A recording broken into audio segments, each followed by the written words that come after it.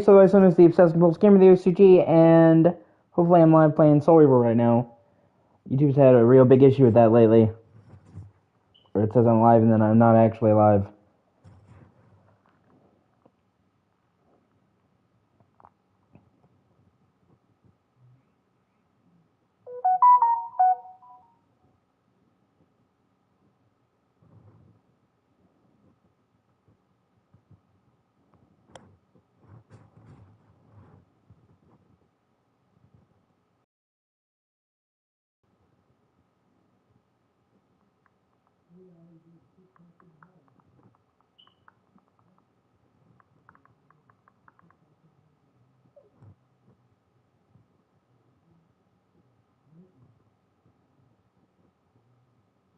Okay.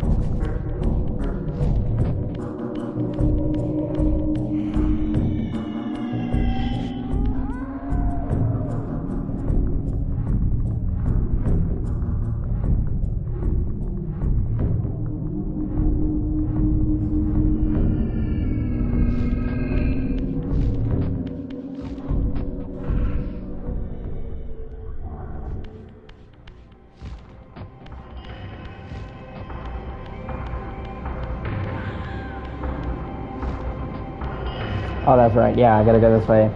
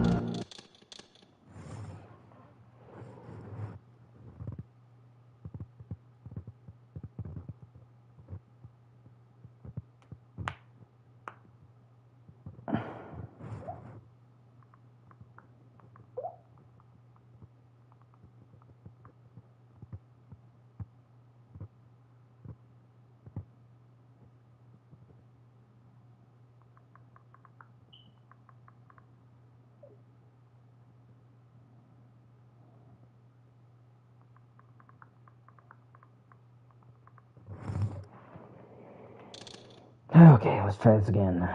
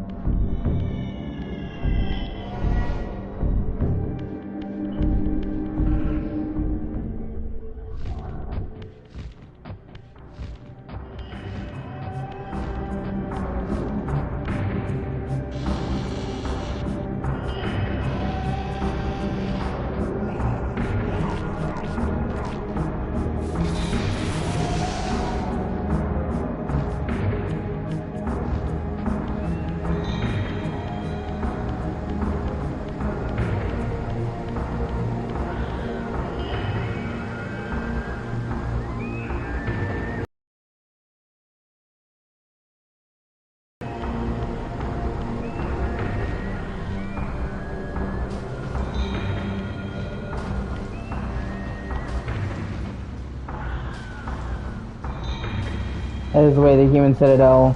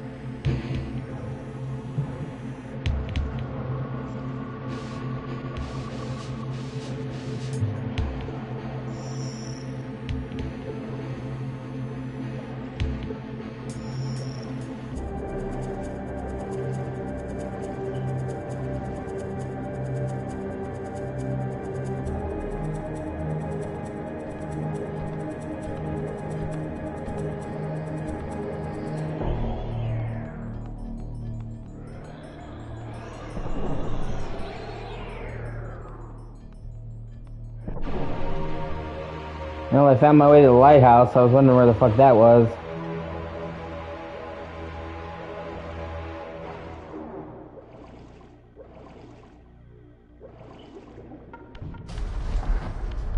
Oh, sweet, warp gate.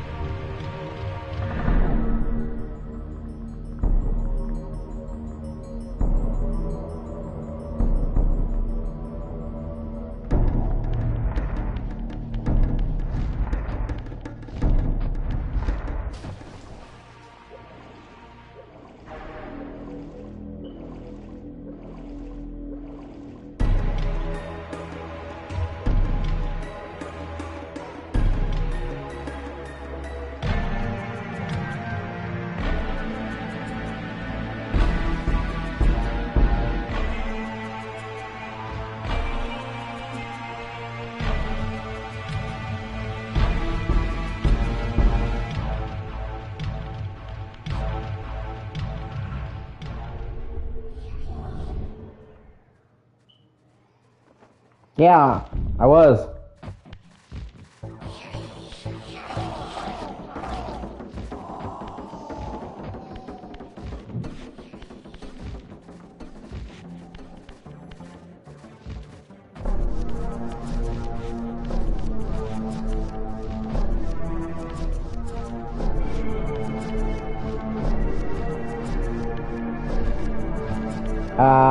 Okay.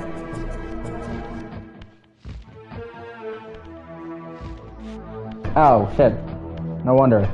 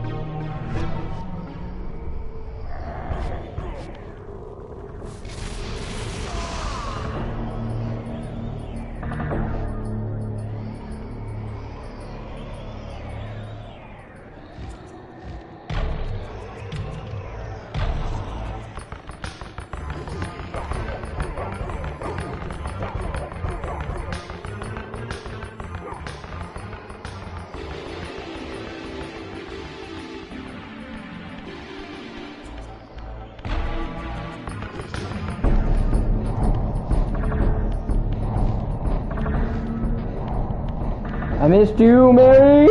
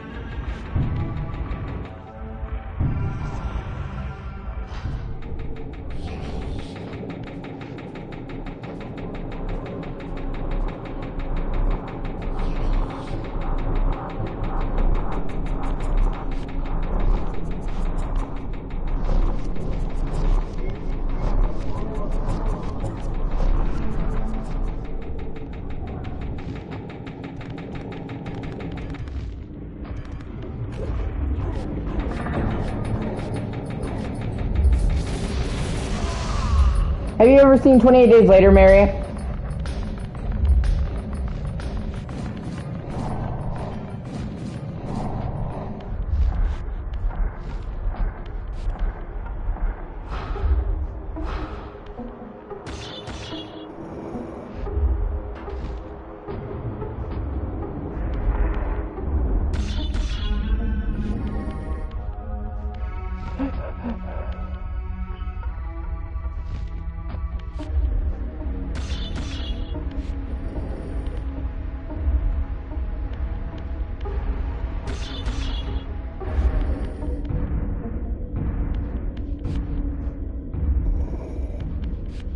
Okay, that's gotta be how I do it, okay.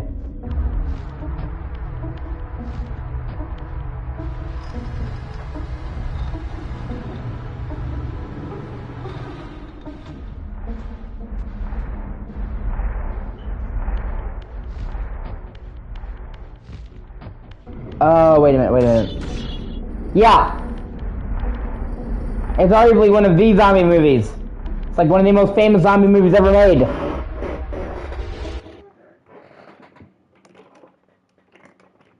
In that movie, zombies aren't technically undead, it's more like a strain of rabies. And they were the first fast zombies. Please give me producing them. It also was the first movie that really launched Cillian Murphy's career. And then please give me producing them.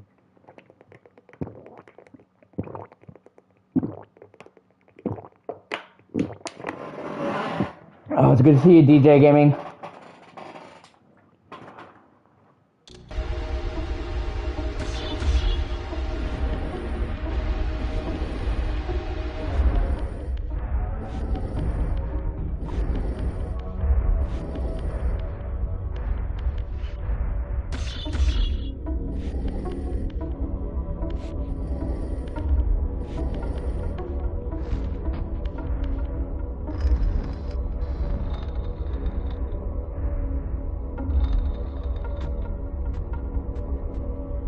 There's gotta be some fucking reason why you would put this here.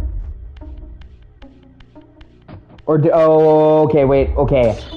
It operates on a set thing. Okay, I think I have to turn the lever, wait for it to move, and then put the crank in so it can't turn off. Okay, yeah, I think that's what that is.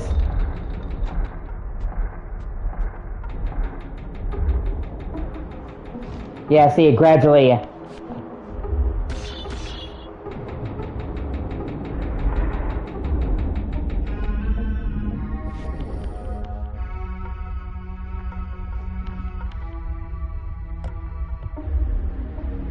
I think that did it.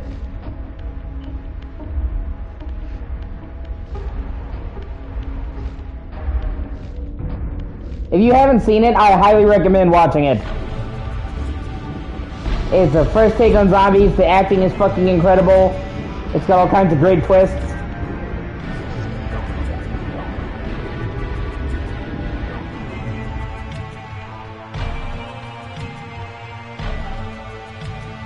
Oh shit! That turned on the lighthouse. Oh, that's cool. Okay. That's dope.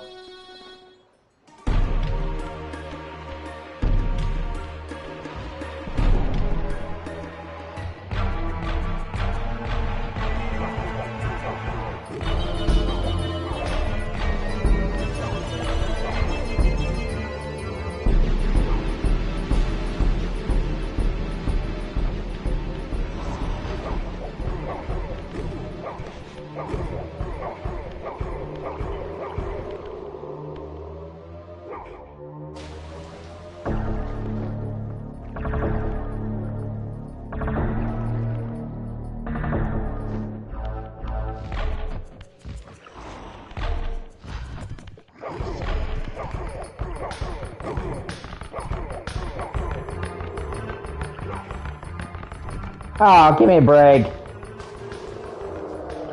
Okay. Yeah, I know you mentioned that before. Okay.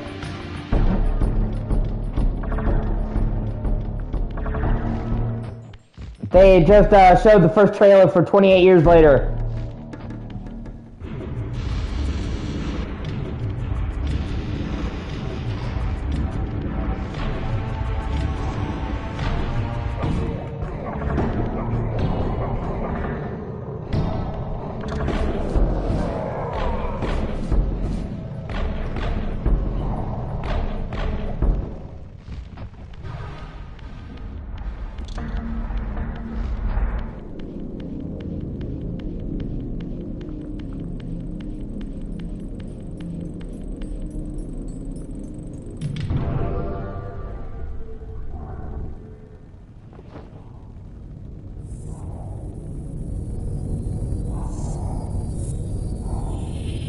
Yeah, after, God, it's been 14, 15, 16, 17 years.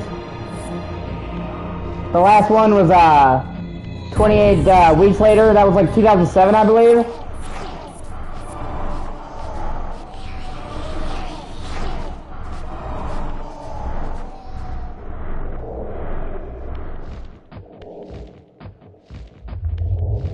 But it's got the original director and writer Alex Garland, which I love Alex Garland.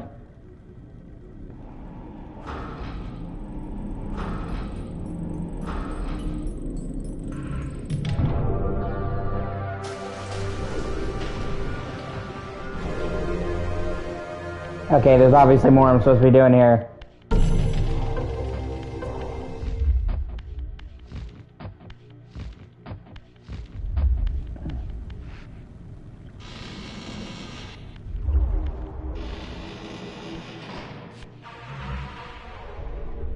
I wonder if it has something to do with these.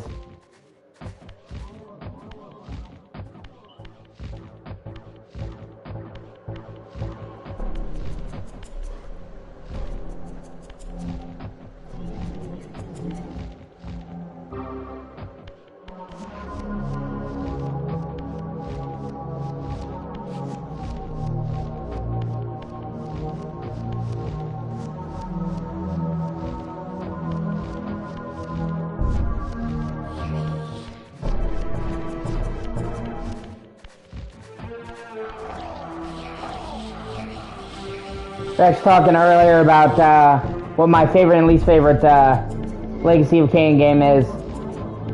My least favorite is the easy one. It's fucking Blood Omen 2. I like Blood Omen 2, but it is without a doubt my least favorite.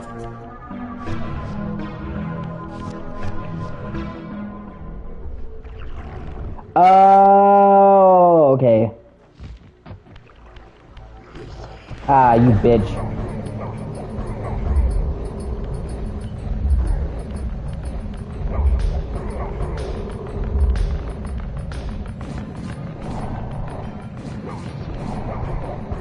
As for what my favorite one is, it'd probably be a tie between Soul Reaver 1 and Soul Reaver 2.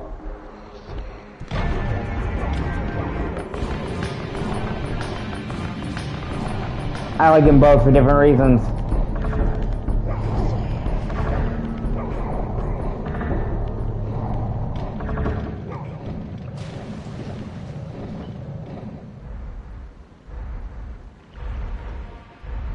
Well, it was the only one that wasn't written by Amy Hennig, and you can tell.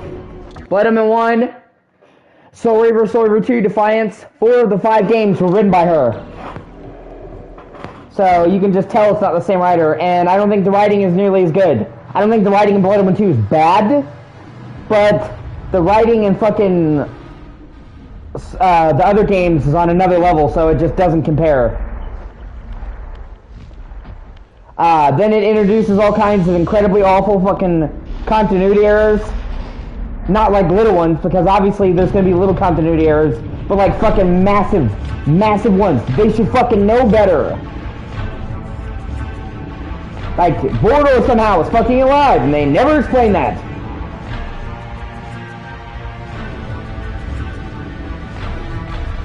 Apparently they tried to, so they were gonna explain that in Defiance, but they ran out of time.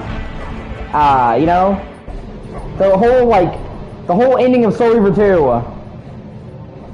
Yeah. Amy Hennig, Amy Hennig was the writer for every other game in the series. And she also went on to write the Uncharted games, first 3. And a bunch of other games. She's a great fucking writer.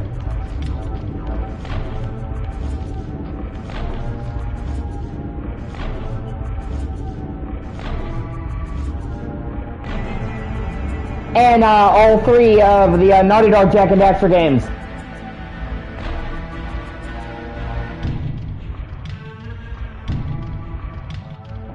So she did the Legacy of Kain, Jak and Daxter trilogy, fucking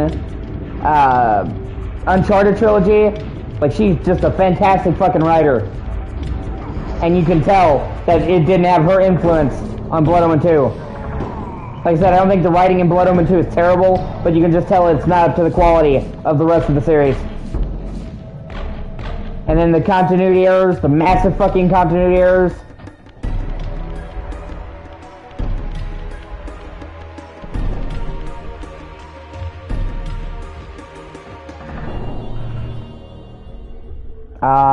Shit. The massive continuity errors. Like Vorder somehow being fucking inexplicably alive with no explanation. Or the fact that despite every other Legacy of Kain game showing that Kain liked Vorder, cared about Vorder, that Vorder might be the only person besides Raziel that Kain actually respected. For some reason, Kain treats Vorder with contempt and Defiance. Or not Defiance, I'm sorry, Blood Omen 2. And then in Defiance, it's right back to him treating with reverence. So it's just like, you know, just fucking weird discrepancies. Or like how they introduce a plot device about how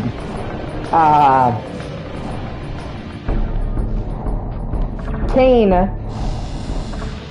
See, I'm getting fucking balls deep into the lore of the series, but basically, Kain is not a typical vampire. He was turned by magic. He did not get bitten. He was turned by magic, and we later find out the fucking Heart of Darkness. So he can't convert people the way that other vampires do. He can't bite them. And it took him about 500 years to figure out how to turn vampires on his own. He basically had to take part of his soul, put it in their body, and it would draw their soul back into their body. So they wanted to do a Legacy of Kain game fucking before that, with Blood Omen 2, before the Vampire Army. So they have the plot device that Vorder sired an army for Kain. And that's just, oh man, Kain having somebody else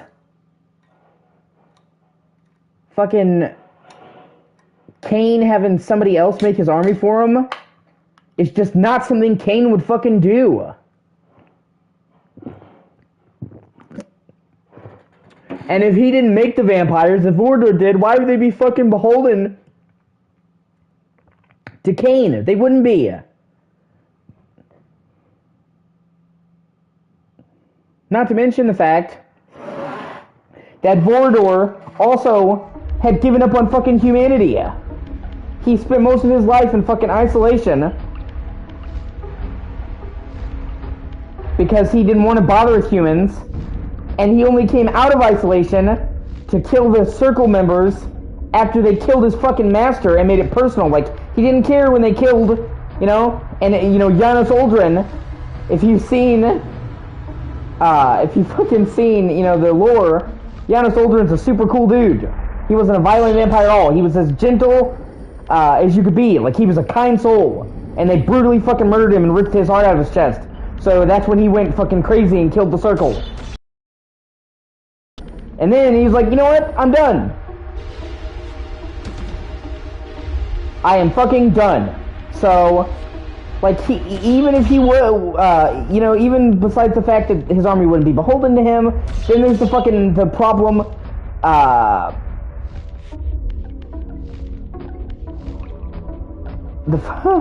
the fucking problem that Vorder wouldn't want to warmonger and fucking conquer. It's just not in his nature.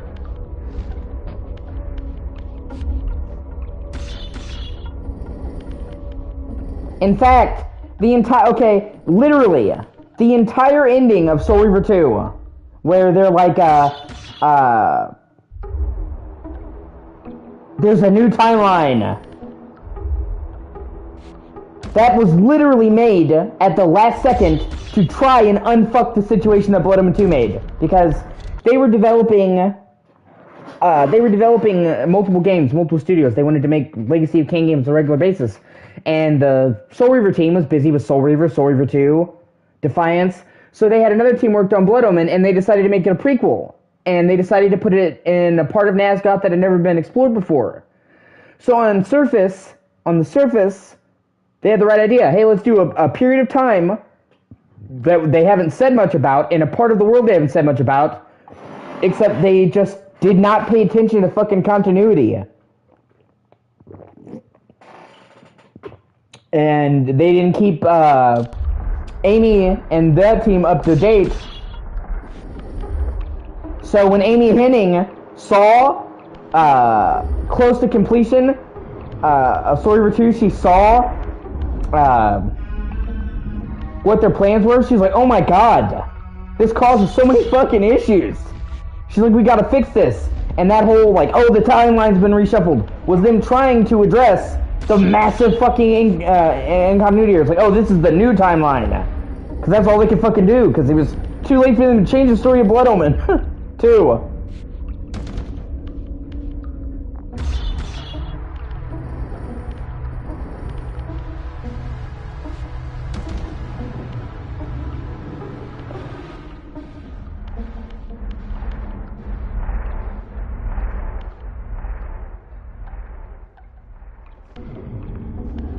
And me personally, I am a fucking stickler for lore.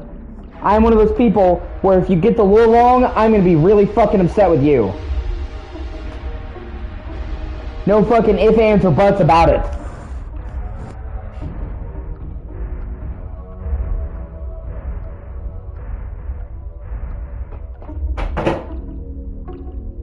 Ah, shit, hold on one second.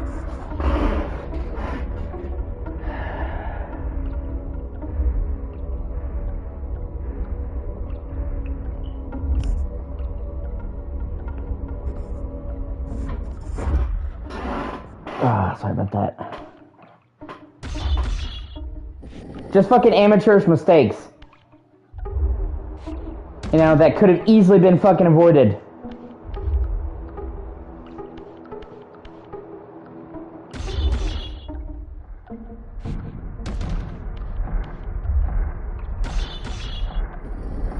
Oh yeah, for sure, yeah. And, but you know, in all fairness, man, in all fairness, I'm not gonna hold you or anyone else to another fucking standard. I'm not gonna hold you and somebody else to the standard as the developers. You know what I mean? If you don't know that much about a game, or you get stuff wrong, I don't fucking care. You know what I mean? People make mistakes. When you're somebody who's making a game in that series, it's different because it's your fucking job to get it right. You know what I'm saying? It's your job.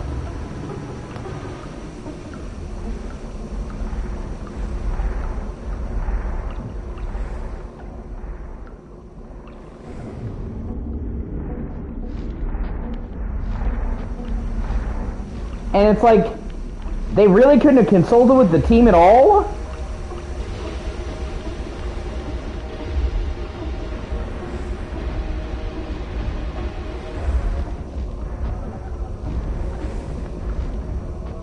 I find it hard to believe they couldn't have just said, you know, hey, and done a fucking check of research.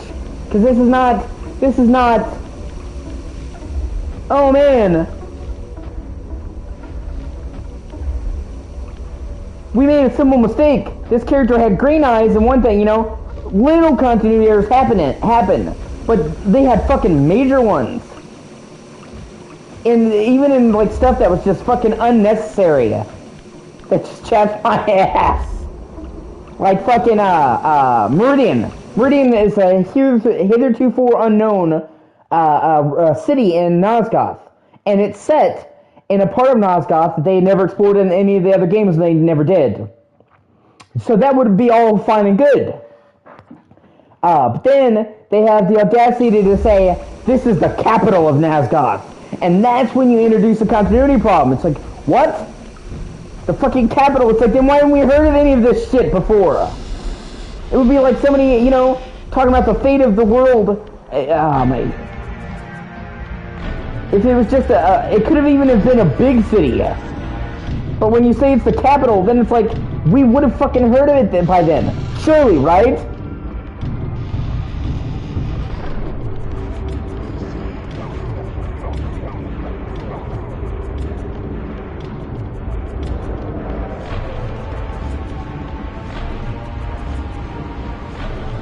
So it's like if they just hadn't said that, if it was just a big city, then they could have gotten away with not talking about it in other games.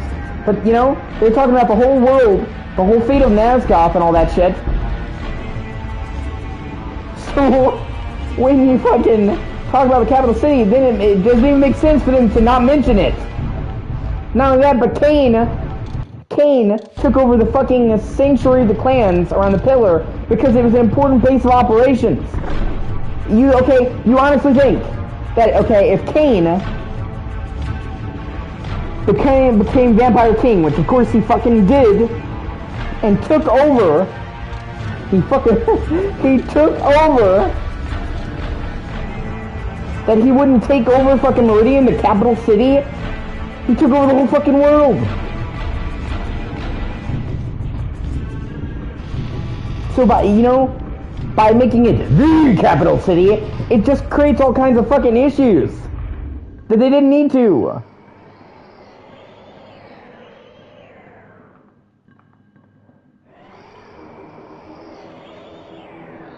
That's the shit that pisses me off.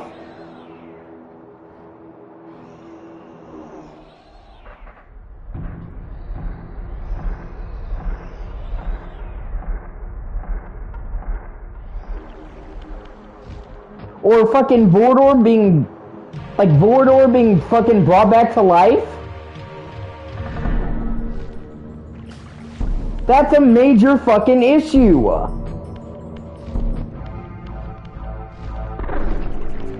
And it's not like, well, he's in a cameo or something. He's a main character in fucking Blood Omen 2. And I mean, you know, and like they never address it. I don't even think they fucking intended to address it.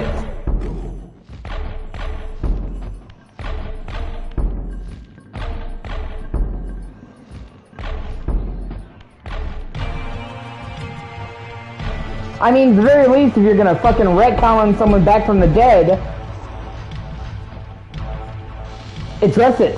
Well, he came back, you know.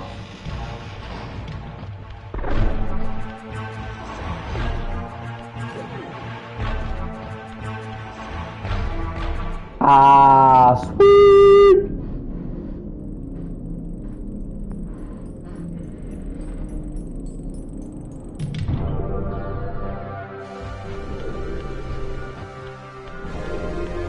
Yeah, do I, okay.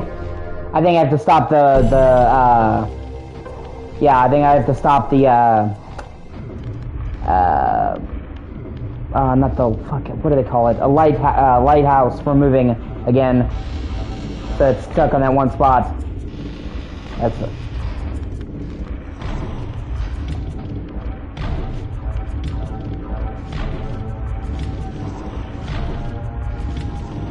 And shit like that is just fucking amateurish.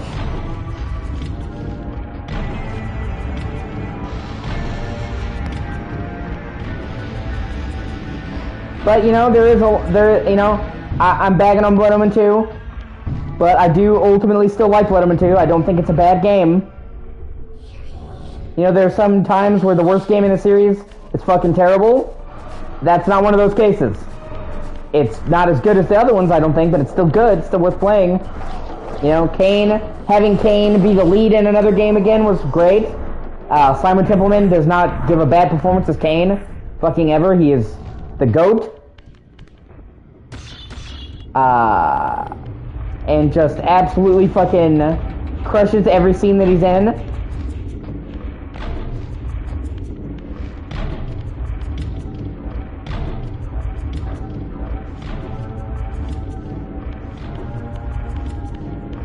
The gameplay is fun. They managed to take Blood Omen's gameplay and translate it pretty well into 3D.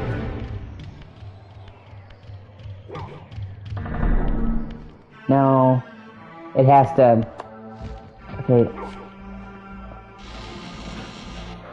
The setting is cool. I like how they found a way to bring steampunk to Nazgoth without it being out of place. That's one area where they actually didn't have a fucking continuity error, because it's like, oh, it's glyphs from the fucking Seraphim. Or the Hilden.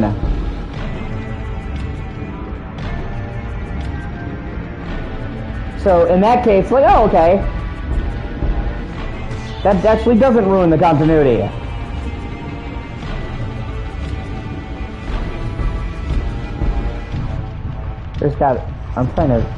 I know for a fact there's gotta be... I'm so close to figuring this out, I'm like, what the fuck am I missing? Either way, you know, so, you get a much deeper look at the Hilden than any of the other games, and considering how much they could talk about, you know, there's good stuff in Blood Omen 2, I still like it. But if I had to pick my, you know, my least favorite Legacy of Kain game, like, that is just guaranteed.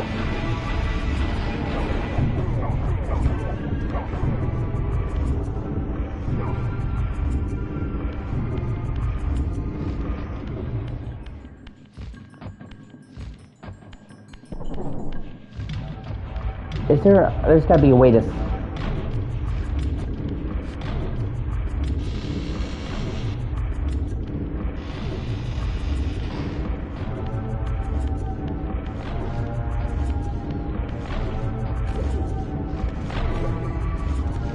Oh, I wonder. I never checked the other side now that I activated this shit.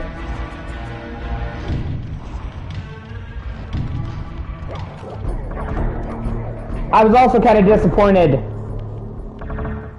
with Defiance. I like Defiance, you know, and I think story-wise Defiance might have the best story of any of them, but I really fucking hated them focusing so much on the combat in Defiance, and I fucking hated them going to a fixed camera. Like, after spending the last, like, 3 games in the series with the rotatable camera, going to a fixed camera just felt like such a massive fucking step back, it wasn't even funny.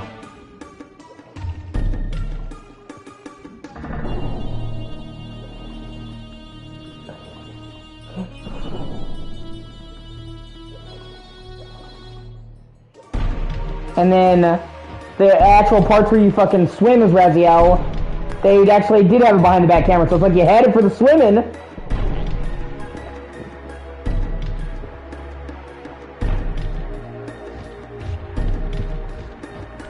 But I do like Defiance. They managed to make Kain and Raziel have totally different playstyles, which is not easy to do in a single game. They give long-standing answers to conflicts that people were waiting for fucking ages. There's like some major story thread wrap-ups. You know, there is a lot of good stuff in Defiance. The combat, while I wish they wouldn't have gone as heavy on the combat is still the best it's ever been in the entire series. You know, probably because they went so fucking heavy on it, but, you know.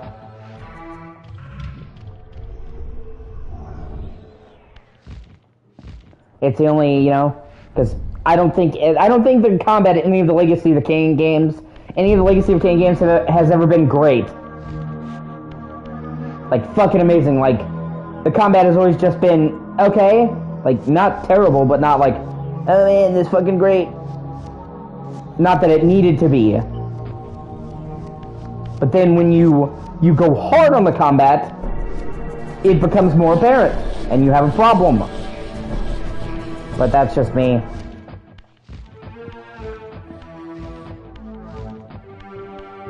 Yeah, okay, this lighthouse thing.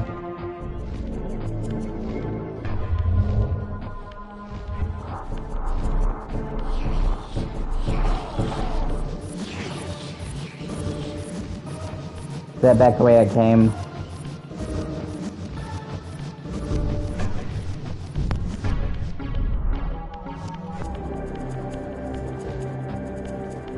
Yeah.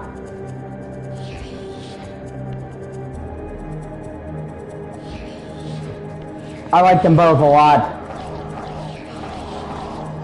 It's hard for me to decide who I like more, Kane or Raziel.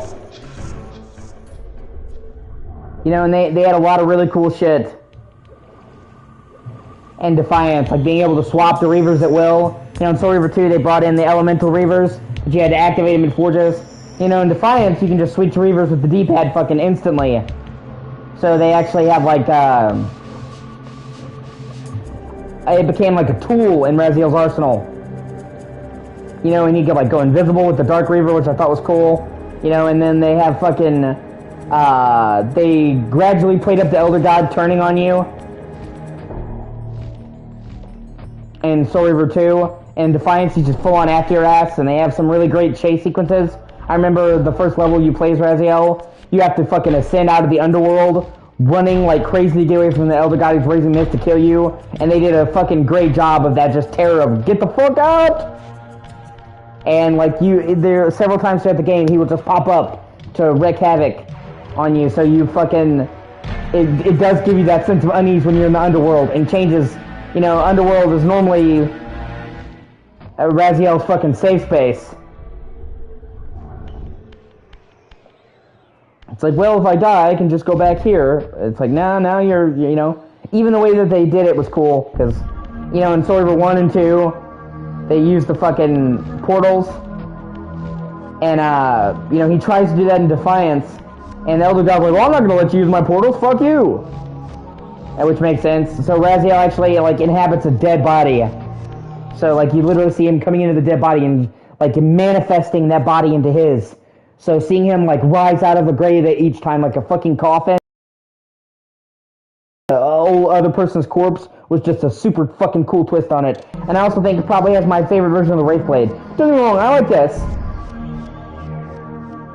I like this. I like being able to see this around his blade. But, you know, in fucking Defiance, it actually looked like the regular Soul Reaver, but in a spectral form. It was fucking awesome. Oh, so... Okay, wait a minute. I think I can just go into the spectral realm when it... okay. No, I guess I overthought things. I thought I had to, like, mess with something or change something or some shit, and it looks like, no, I just had to shift in the spectral realm. Oh, well.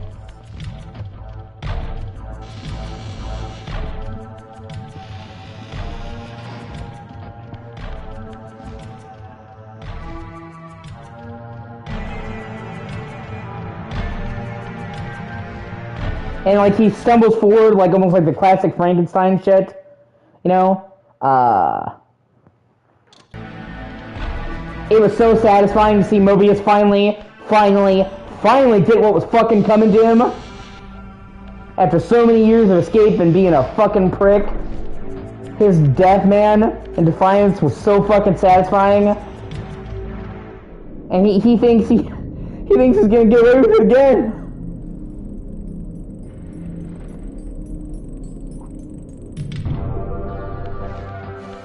He's like, oh no, the Elder God will just revive me. And Raziel's like, nah, he won't.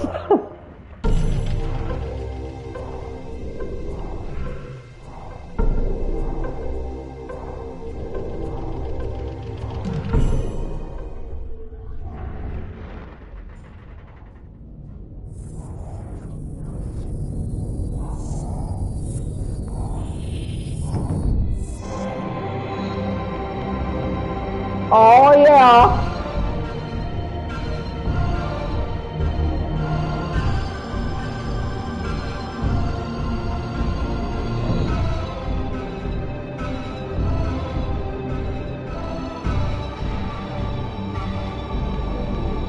Sweet.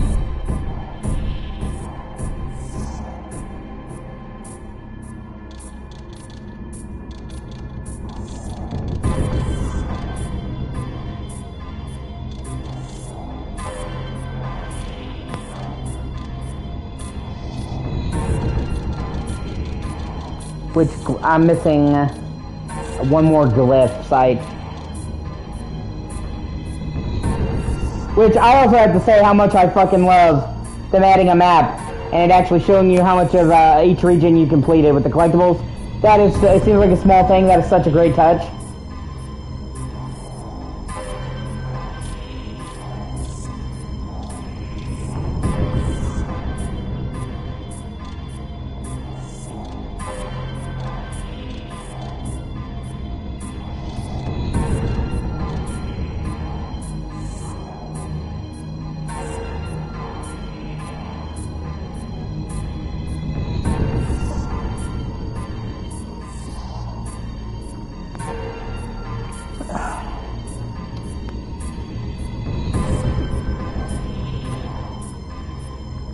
You know, when I say that I can't really decide if I like Soul Reaver 1 or 2 more, I mean, Soul Reaver 2 has better level design. Soul Reaver 2 lets you see different eras, like you go to different versions of the same locations, different time periods.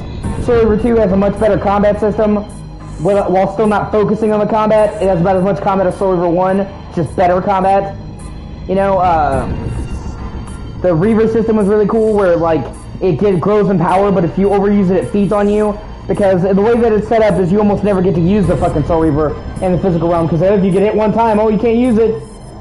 So having it, you know, like being able to summon it, and it does more and more damage, but it'll kill you. It made it like a really cool tool that you have to weigh the pros and cons of.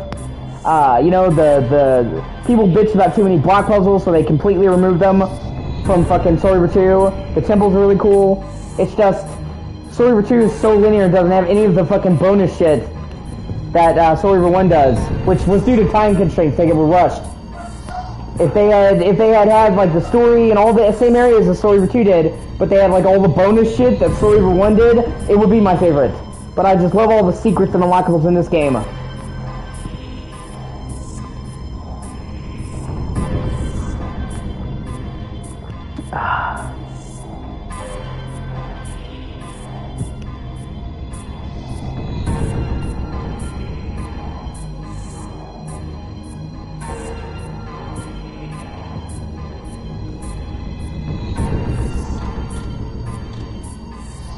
Which glyph am I missing? Fire glyph, sunlight glyph.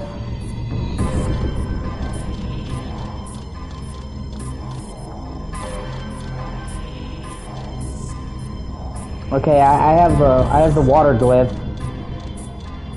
right? Don't I? I'm like 99% certain I have the fucking water glyph. Yeah, I do. So there's sound. Okay, I think it's sound and force.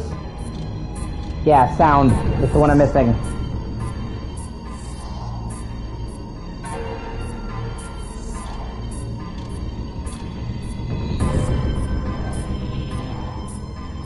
And I want to get that final question mark or lock thing taken on my map.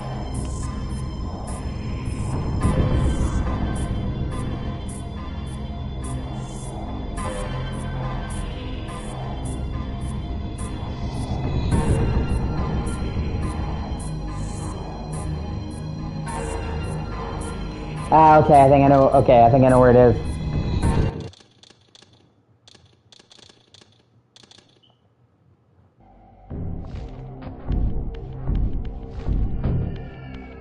I think I'm also missing a few of the warp gates.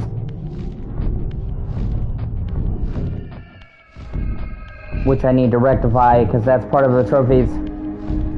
I'm gonna get the fucking platinum on this. Okay, let's go through them one by one and see which one we're missing. That one. That one. So that's 2.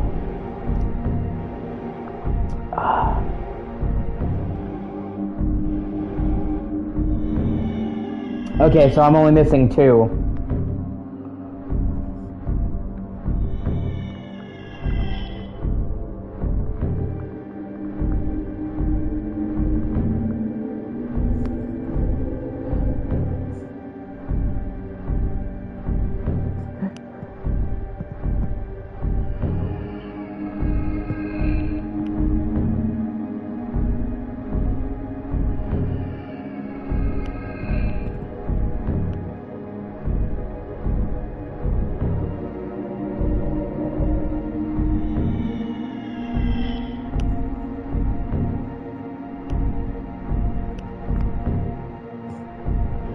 Which one am I missing? Okay, that's the Silence Cathedral. Okay.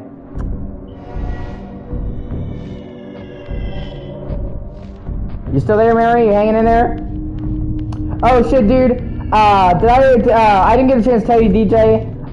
It actually looks like there actually might be proof that Days Gone is getting remastered, and that it could be announced as soon as tomorrow.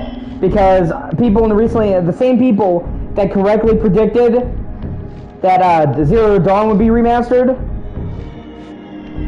have been saying Days Gone would be remastered this whole time. And that's what led credence, because people at first were like, they're like, no, they were right about Zero Dawn.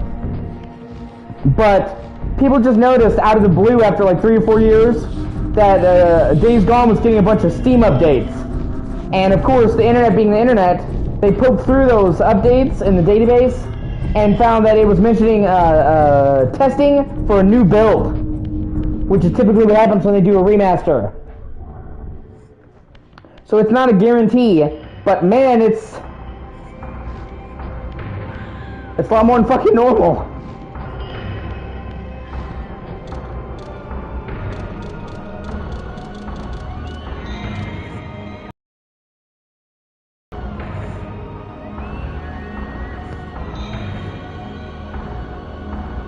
So that would be fucking awesome. And it's definitely a lot more proof than there has been.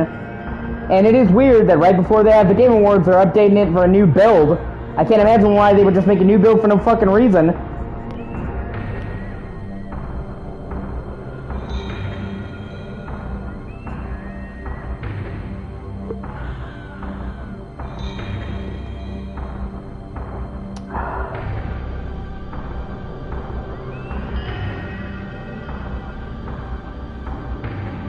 I'm trying to figure out.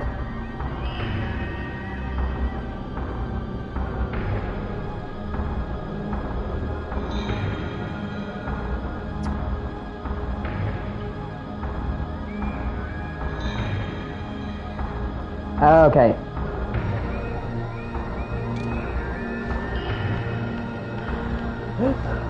So, you know, fingers crossed.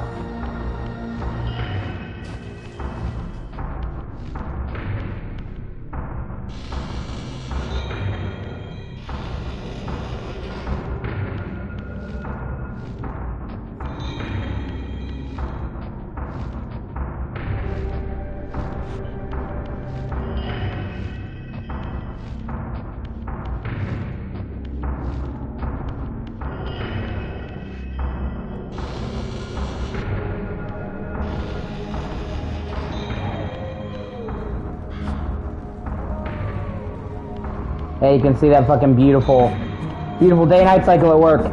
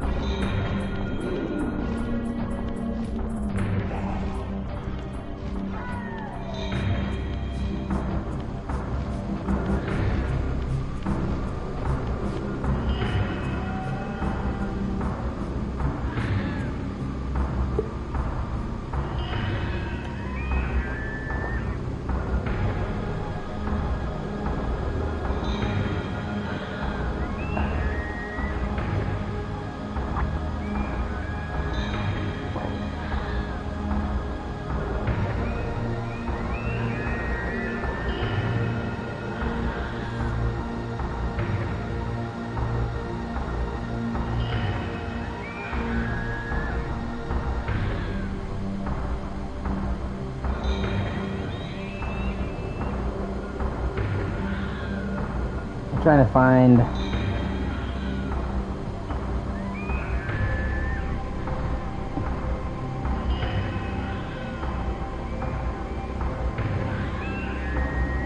Okay, let's try doing this again.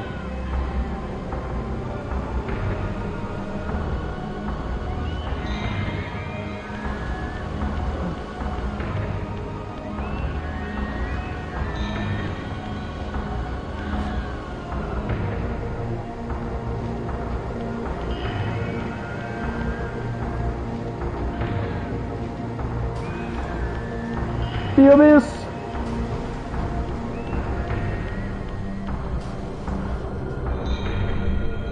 Damn it!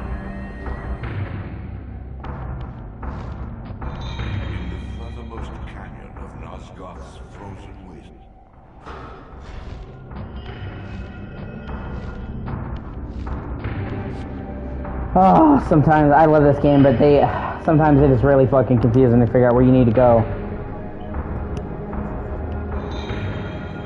Even at the specific path to get back to the region you've already been.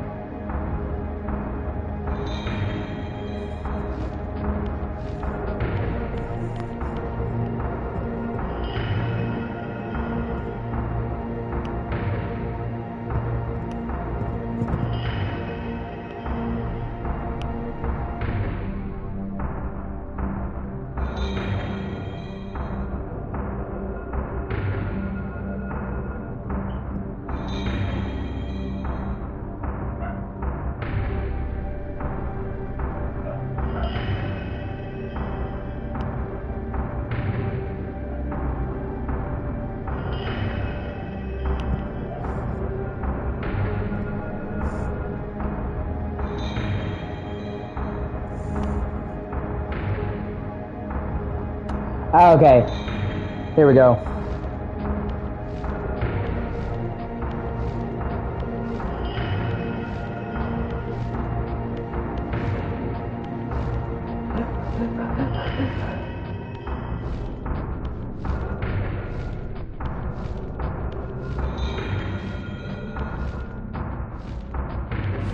Are you still there, DJ? Did you fucking dip? I might have dipped.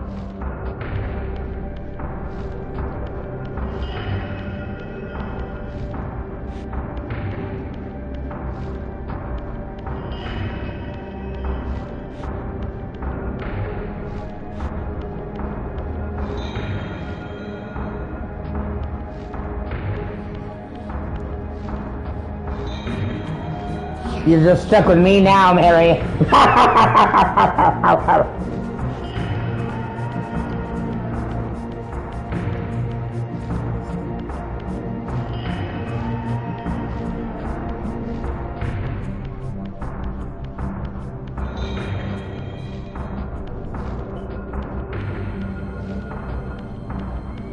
There's no one to save you now.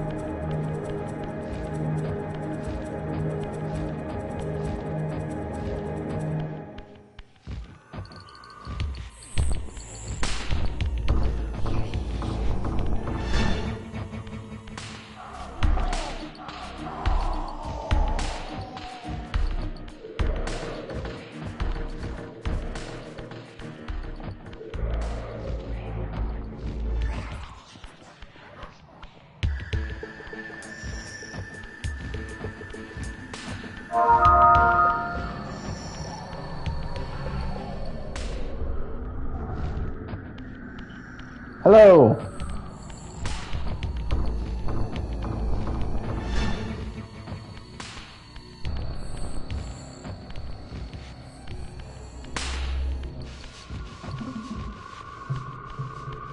What's up, guys?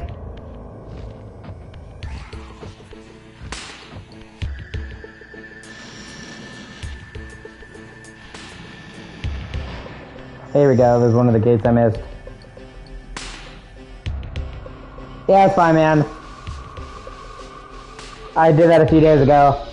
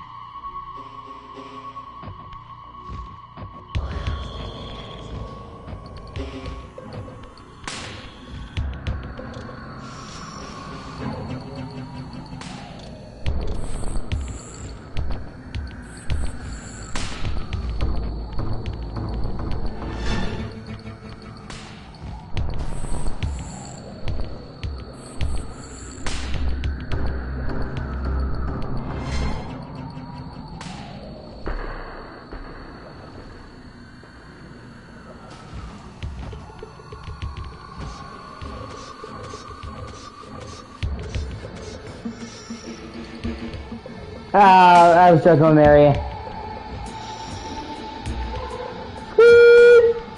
Collectible!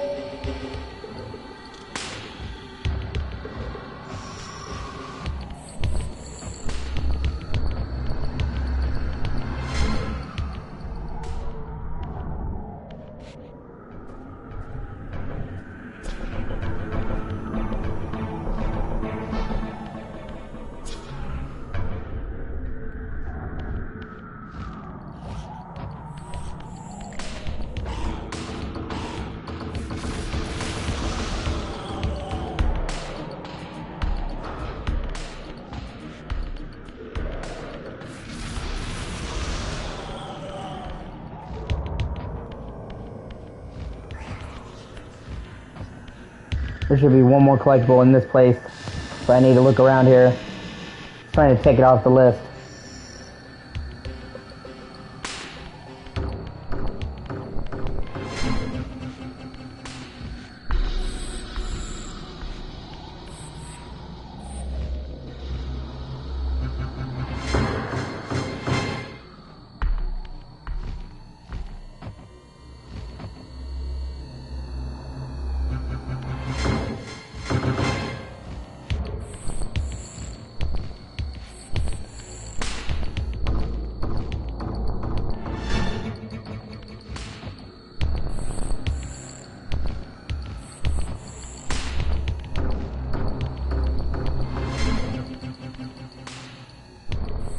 No, actually, you know what? Let me try.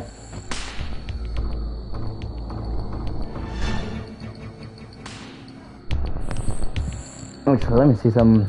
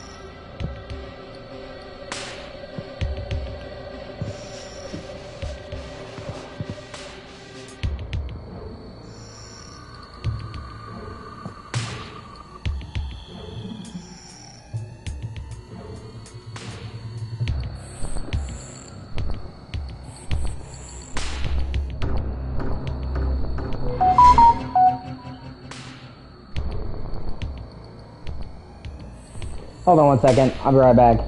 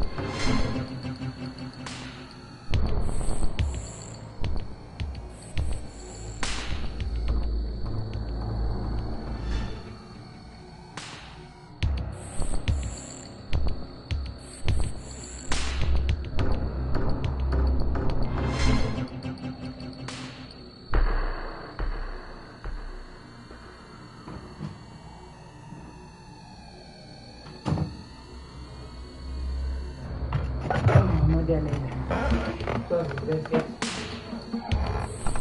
Has a nice kind of fries on.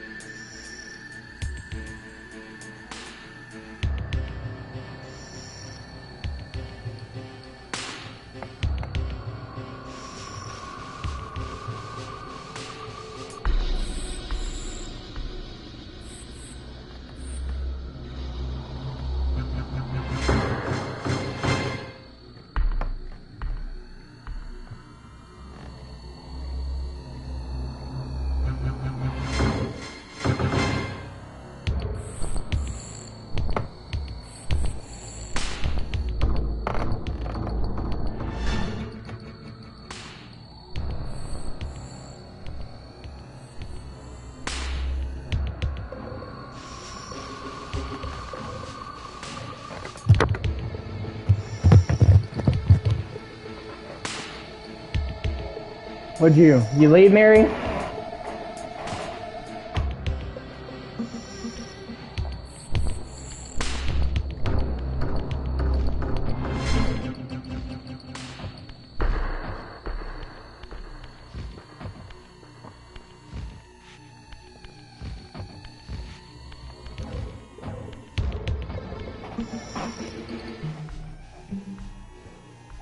You can't ever leave me, Mary.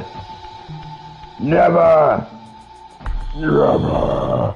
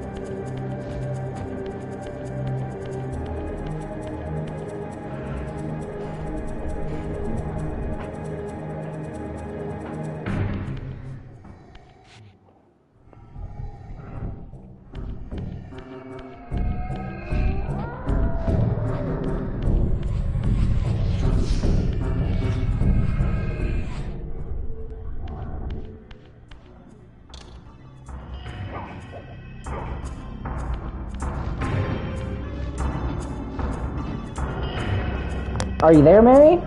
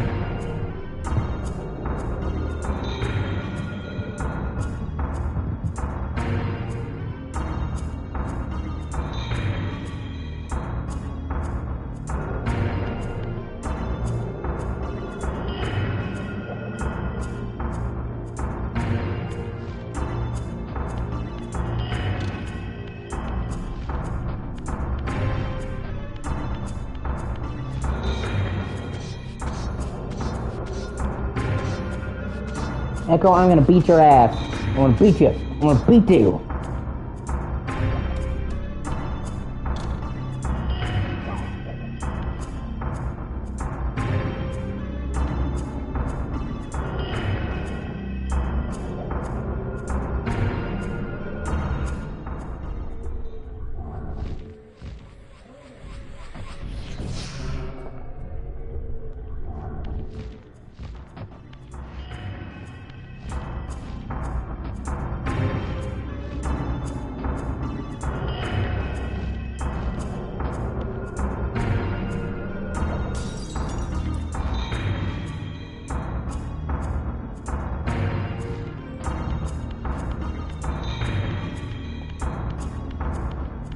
I'm like 99% certain we're probably gonna get a fucking release date for MGS Delta.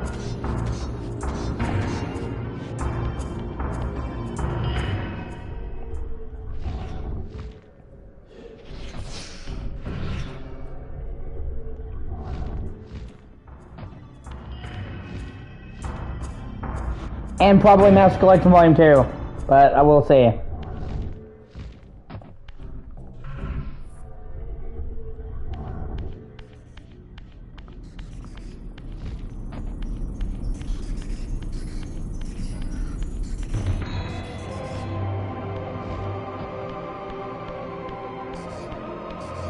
Ah, shit.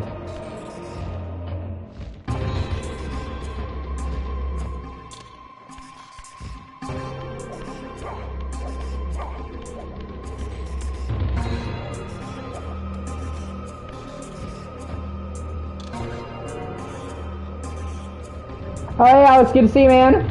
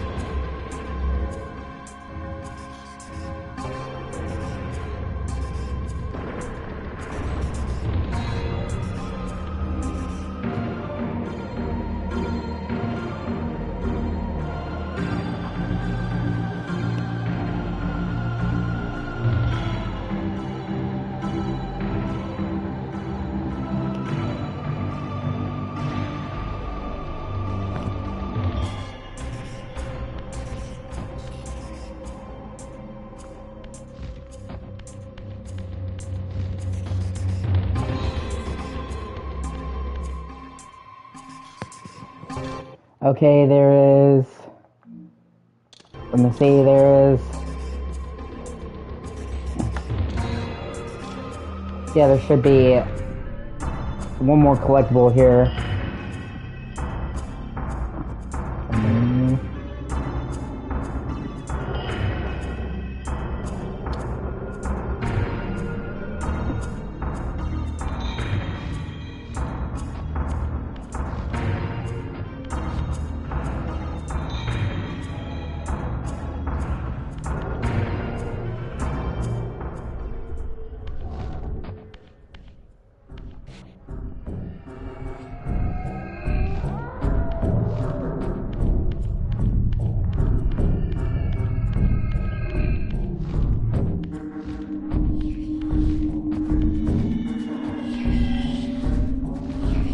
I'll tell you one thing I really like about this game, the remaster, is in the original game, none of the characters' mouse moves when they talk,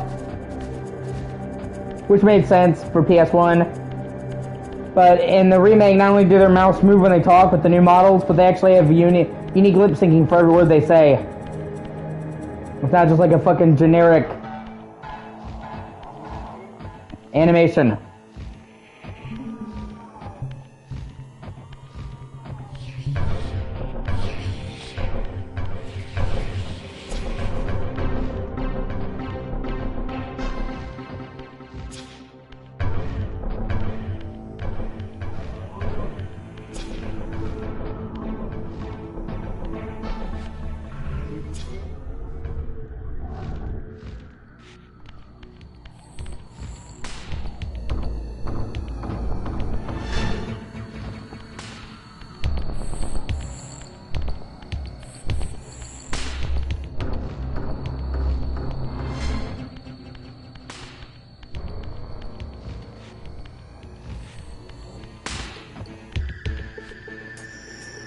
Well, when you say harder for you to play, do you mean harder in the sense that you're used to cutting edge, or do you mean harder in the sense that it's not as compatible for your shit?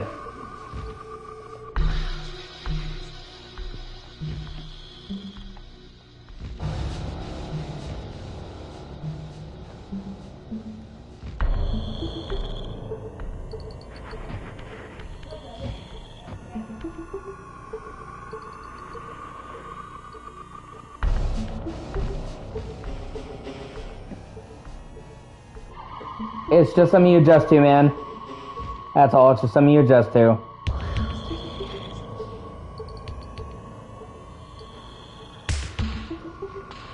Yeah, it can be a little bit jarring to go from top, state-of-the-art graphics, but it's worth it. Yeah.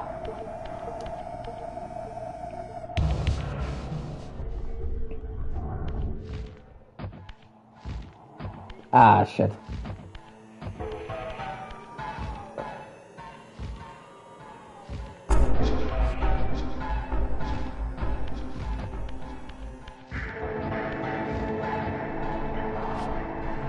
That is true. They weren't meant. A lot of these games were meant to be played at such high resolutions and stuff like that. That's fair, but yeah,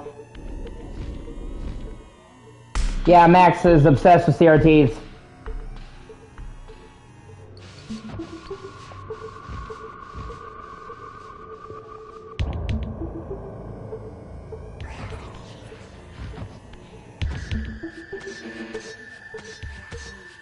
But, you know, like, when you look at something from a hardware point of view, when you look at something from, like, you know, certain gameplay point of views, it can look, like, reductive. Like, oh, man, this is just a worse version of games I'm already playing. But one of the things that makes it not like that is time. The type of games that they made then are not the type of games that they made now. Yeah, it is, I agree.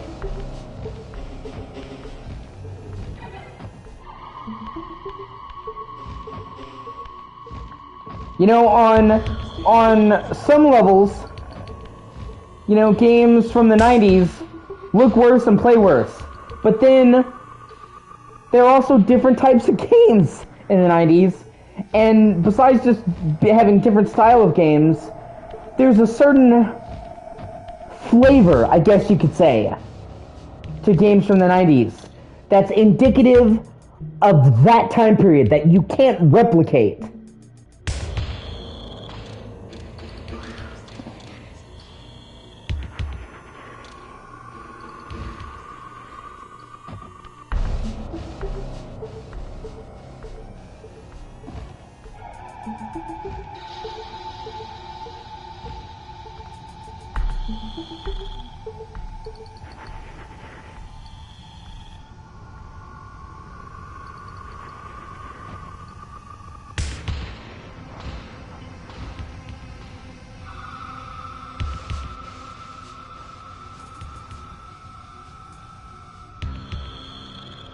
Now, yeah, I'm going to use this to get the trophy for gliding consecutively for 30 seconds.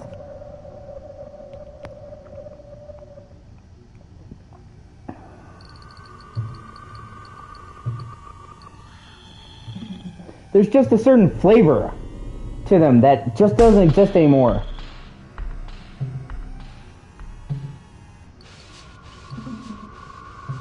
Yeah. Yeah, definitely. You know, it's got new graphics for people that want the new graphics, and then if you're a purist, you can just play with the old graphics.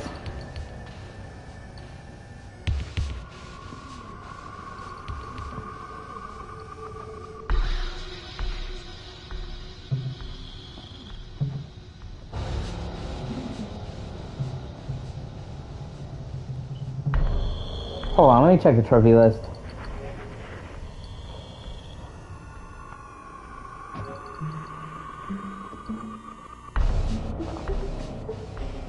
Oh, okay, you can't use an updraft. Oh, that, of course. That would have been too easy.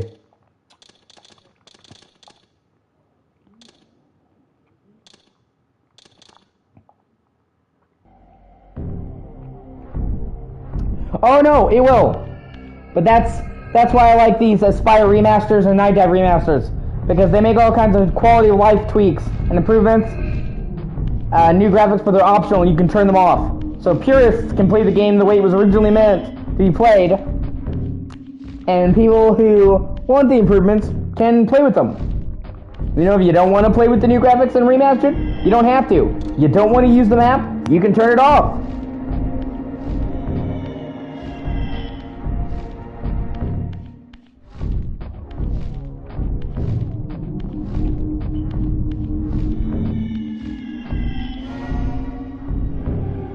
Which portal am I missing? I think I'm only missing one more portal, and that's also part of a trophy. That one, okay. I'll have to remember that one. Actually, you know what? Let me check on my map which one that is. Oh, it's the, stone glyph. Okay, I'll have to check that out.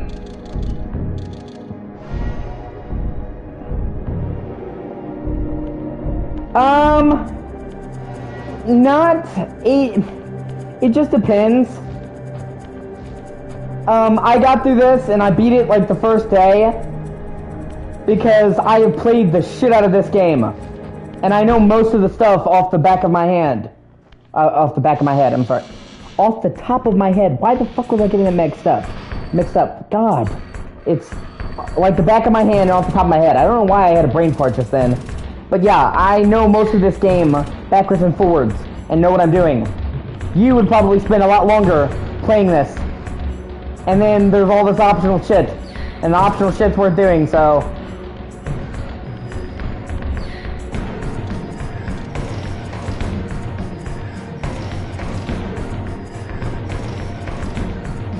And Soul Reaver 2 is more streamlined, it's more linear.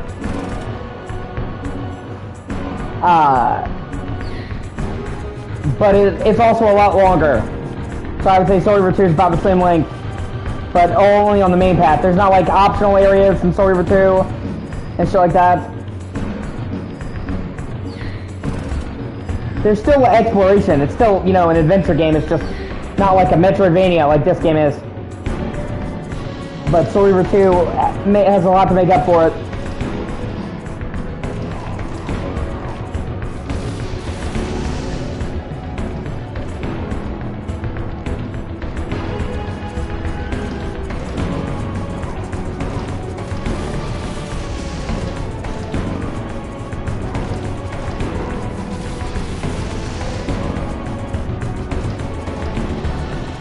Kinda.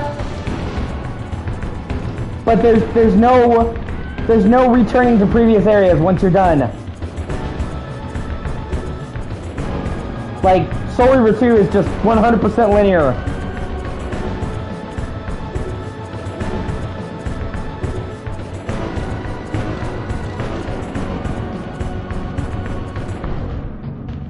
But I know that sounds bad, but it's not as bad as it sounds. You still explore, you still look around, you still solve puzzles. It's just once you leave the area, you move on. And part of that was done to address people's complaints. One of the main complaints that people had with this game was that it was way too easy to get lost.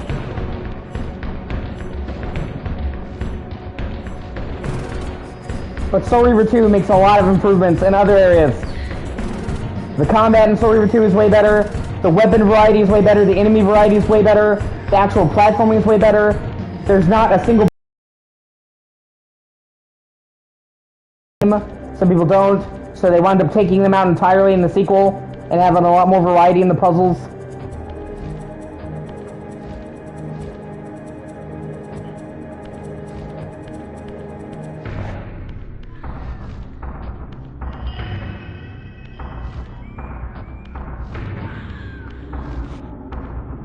Soul Reaver 2 also has a much more in-depth story. This game's plot is great, don't get me wrong, but it's pretty simple when it comes down to it. He was killed, now he's trying to kill the guy who killed him. That's about it. Like, it's a simple plot with a bunch of broad, you know, like, the details are where it shines, but it's, if you look at it, it's a revenge story. Soul Reaver 2 keeps all the great writing, all the great voice acting, the same actors, but it's just a lot more complicated than just, I'm gonna get revenge, with a lot more, you know, it involves time travel, and like what happened to the world that put them in this state, and shit like that. Which, as somebody who loves the lore of these games, Soul Reaver 2 really goes into the lore in a way this game did not. So I really appreciated that. It's not for everybody's taste, but it was to mine. I mean, it's not like a cutscene game, you know what I mean? It's still got plenty of gameplay, it just has a bigger emphasis on story.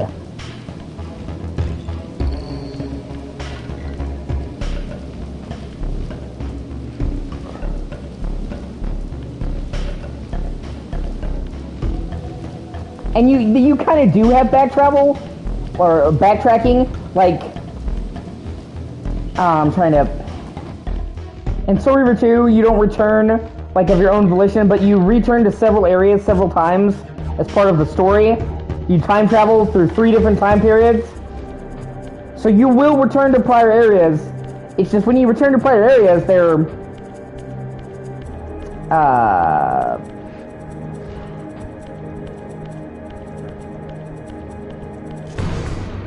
When you return to prior areas, they're... in a different time period, and it's cool seeing how they changed.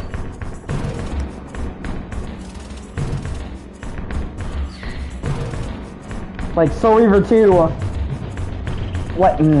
all of Soul Reaver 1 is set in this decaying world, where they talk about how Nazgûl is almost completely dead. It's fucked. Like it's beyond all recognition. And in Soul Reaver 2, Raziel immediately goes back into the past when the world wasn't fucked. So, like, right off the bat, you're like, oh, hey, man, I remember these places from Soul Reaver 1. Except now they're not all, like, dead and decayed and shit.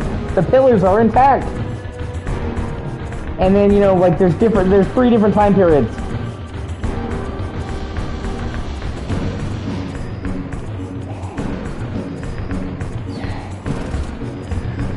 There should be one more fucking collectible in this area. Come on, where are you? If I just find that last collectible, I can clear this area off the list. I'm trying to go by area by area, so I can narrow that shit down. So, you know, yeah, like Soul Reaver 2, I like it in its own way.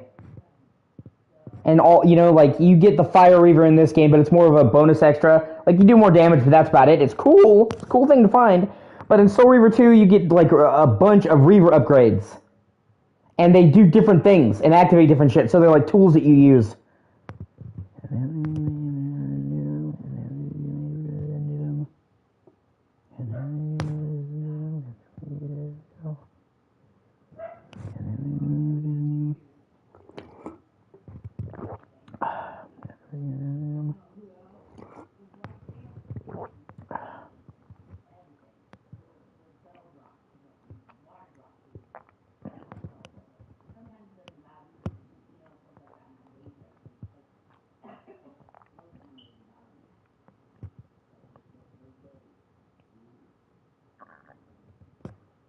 Come on.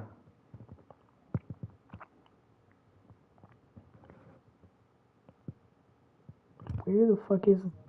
There's one more fucking collectible here. Where is it?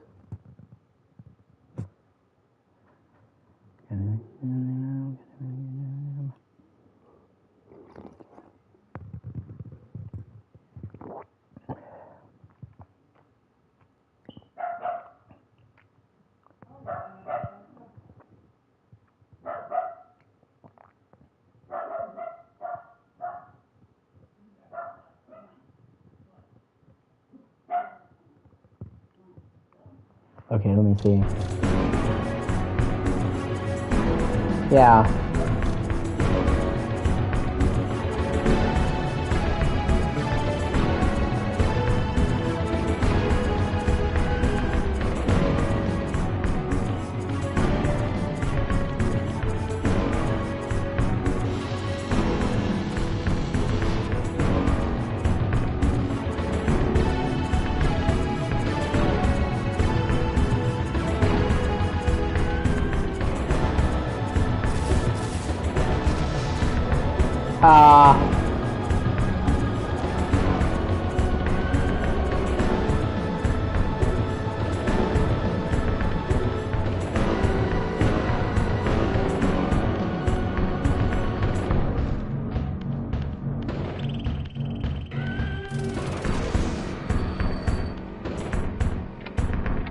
I think the last upgrade is on one of these platforms.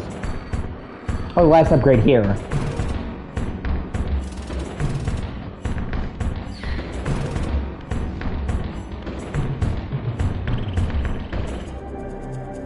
Or is that the way? Okay, hold on.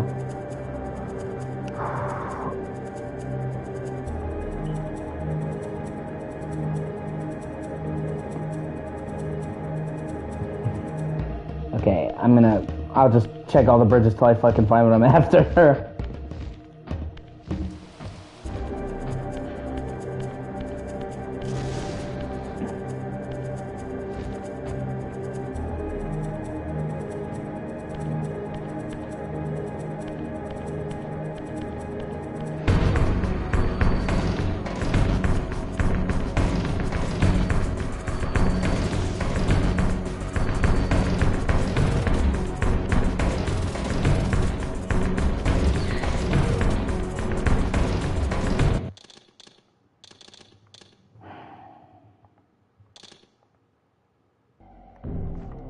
Okay, let's try that again.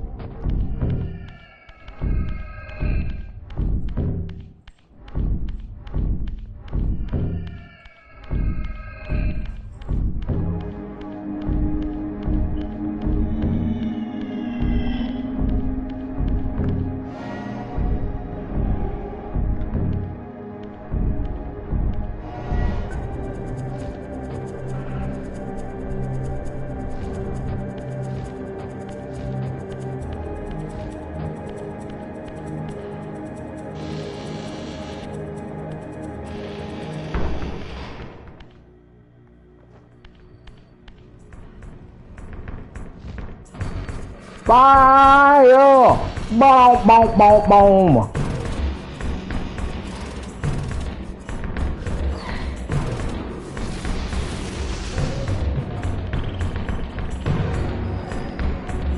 And I actually like how the reverb makes stuff light up around you now.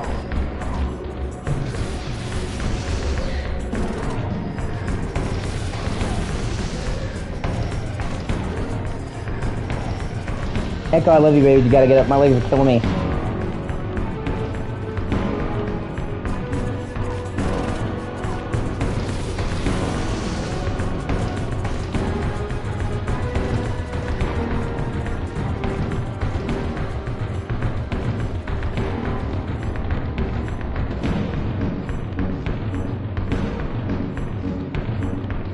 Okay, that's a health upgrade. I already got that. Then where the fuck is the other? Jesus.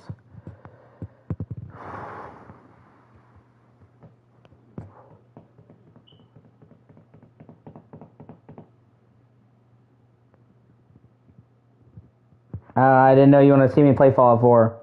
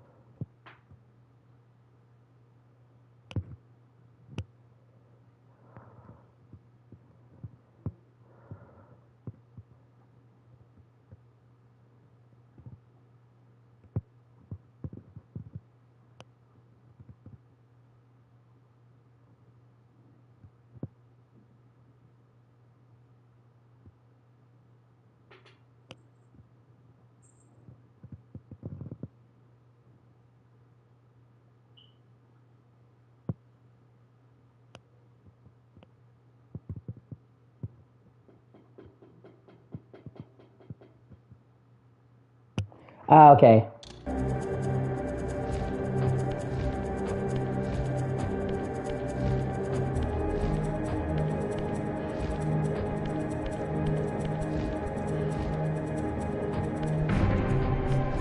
Yeah, there's a new next-gen version.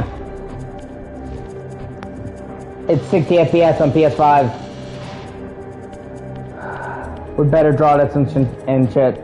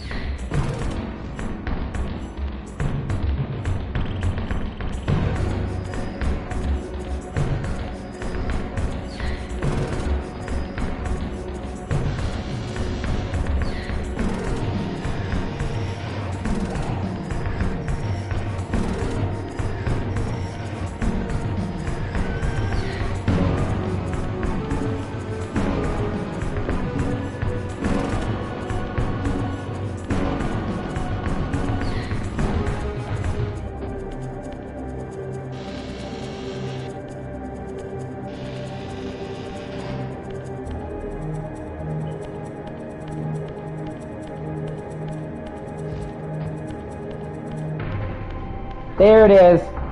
There it is. Fuck yeah.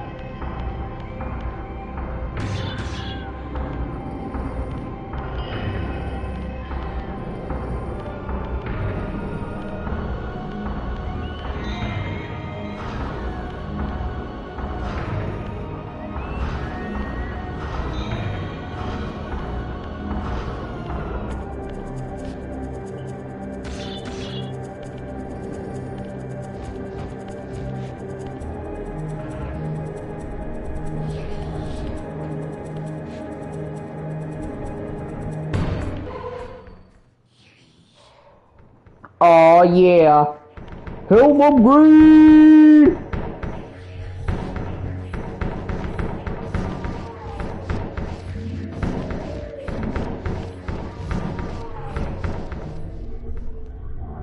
Yeah, look at how long that spiral is now. It's so fucking long. And thick.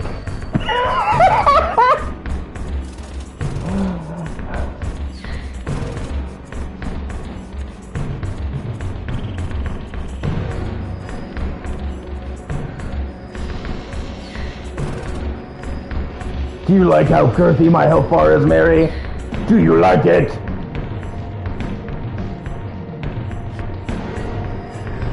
It's OV.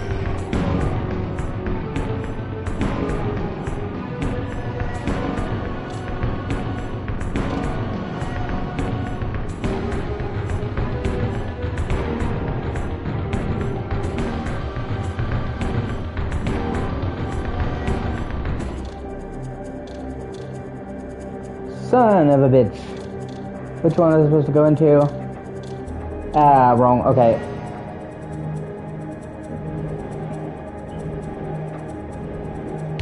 Yep, that,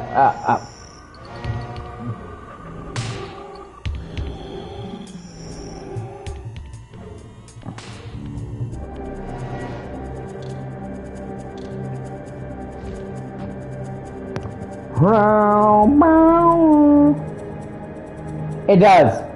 Yeah.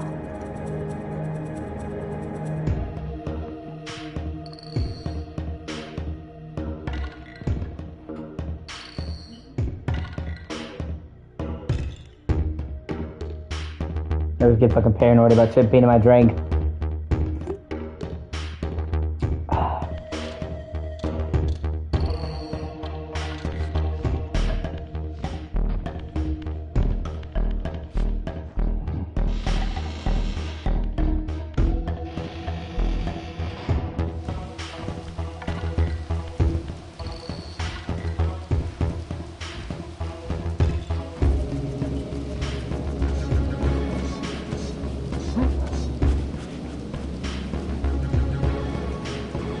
No, I get it, man. I gotcha.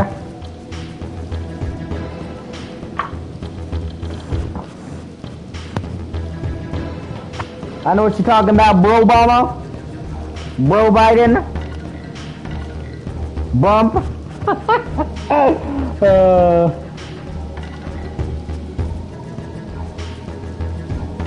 And Sleeping Dogs is a great game. Really is. Super underrated.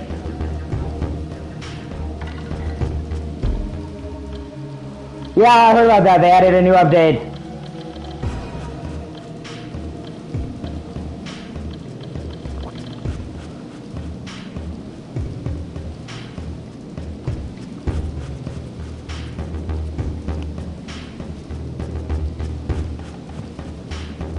Yeah, I played it once they added NPC. And that was a couple years ago. They've been adding since then.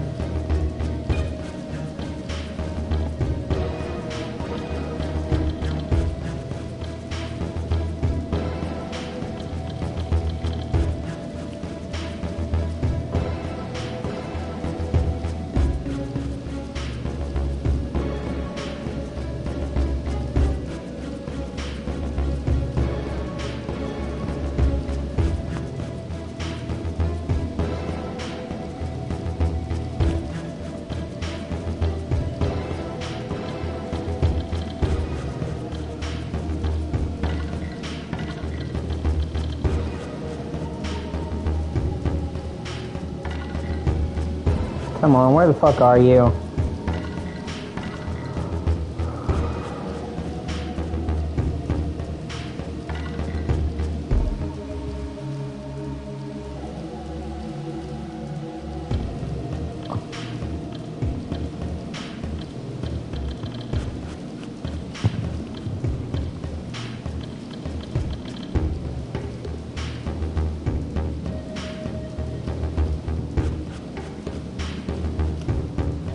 I'm trying to find, there's one more thing I'm missing here as well.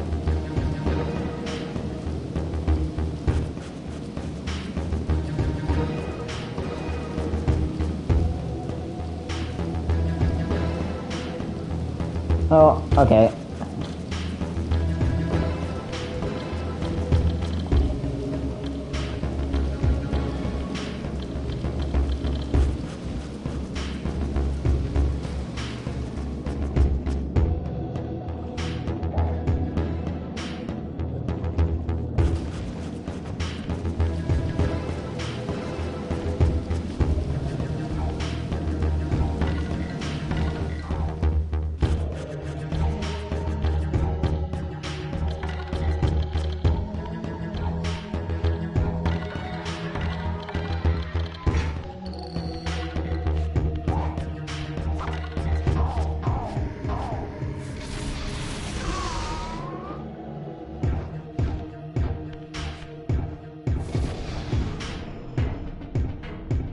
Oh.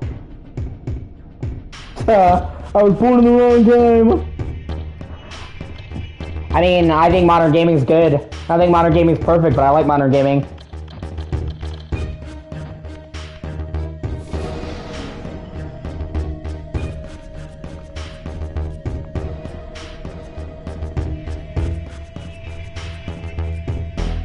Trust me, there's plenty of bad shit about gaming back then too. It just gets, people don't acknowledge it because they romanticize it in their head.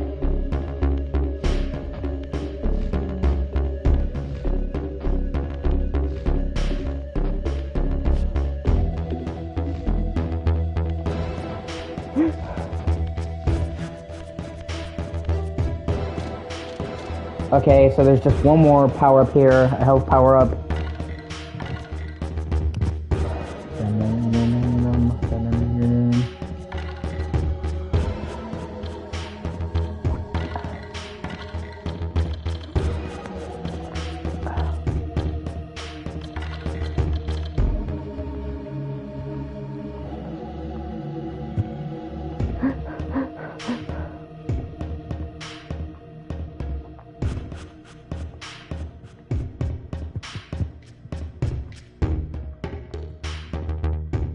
Come on, where the fuck is it?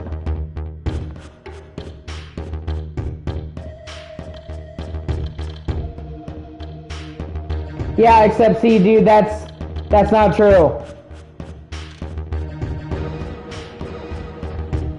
There were fucking tons and tons of games that had glitches, dude.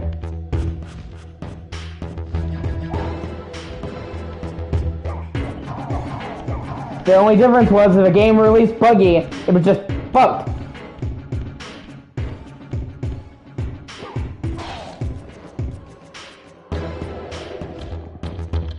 There was never any chance of it ever getting better. And dude, have you seen the average frame rate for fucking PS1 game?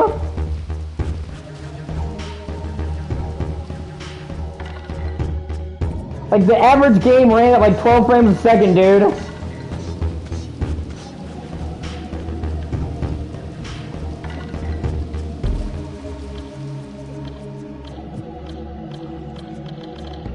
Then there's fucking the movie games.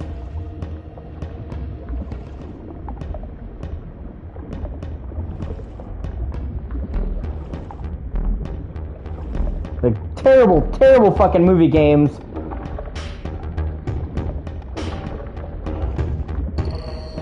Ah, boom.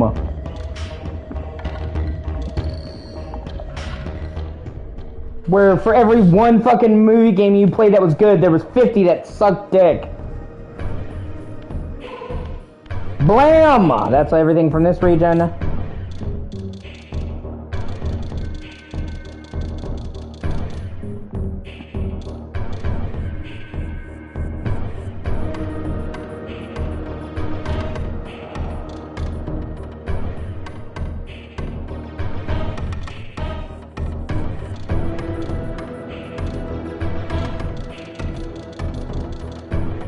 Like, there's lots of problems, dude.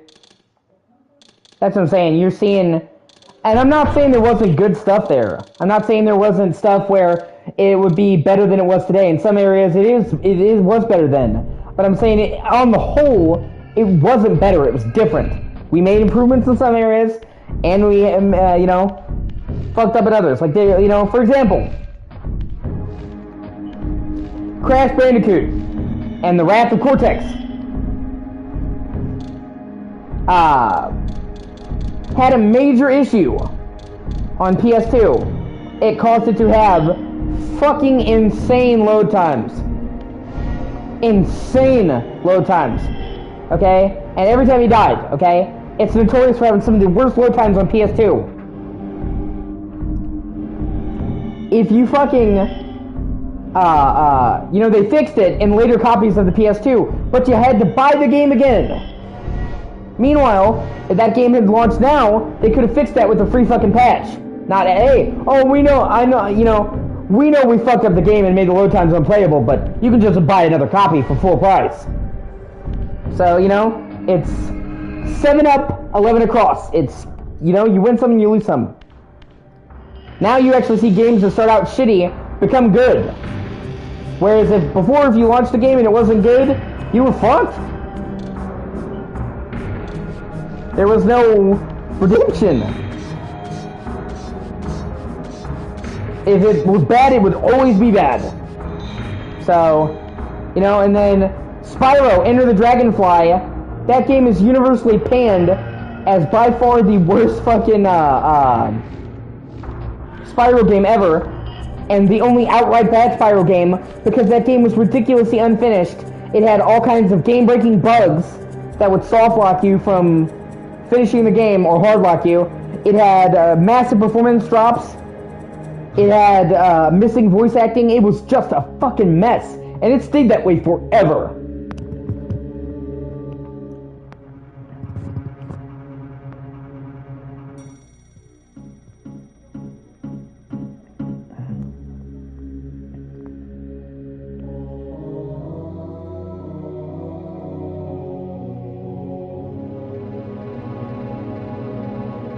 There was no way to transfer your save file, so if your memory card got fucked over, you were fucked. You know, whereas now with the cloud and all that shit, we can preserve our save files.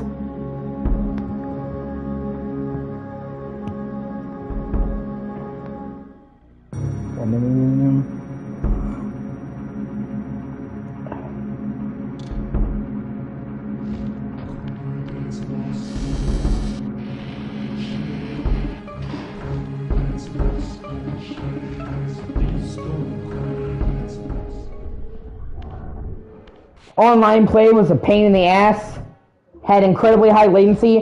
The type of latency they had in most online games back on PS2, dude, would not be considered fucking borderline unacceptable today. Imagine having to get a separate fucking modem and all that shit, dude, just to run it like a single megabyte a second of internet, if you're lucky. Fucking dial-up, dude.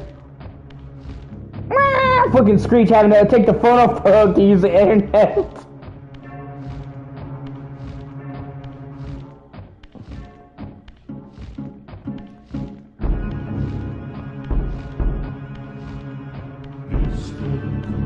Yeah, exactly, that's what I'm saying. So it's like, there's lots of great stuff about PS2, don't get me wrong. I'm just saying, like, people romanticize that shit and they just ignore all the flaws, man. That's the frustrating shit. And it's important to look back and see it like it really was. I mean, of course there was tons of good stuff.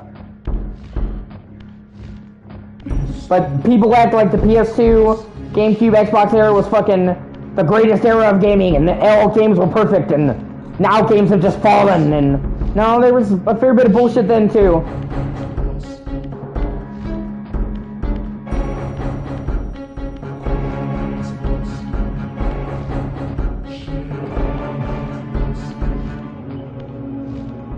Here we go.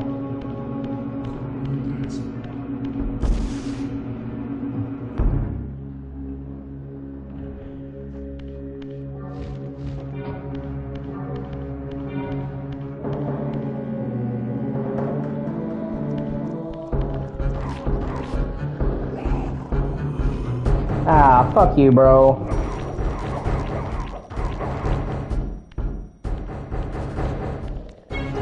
Yeah, exactly. That's what I'm saying.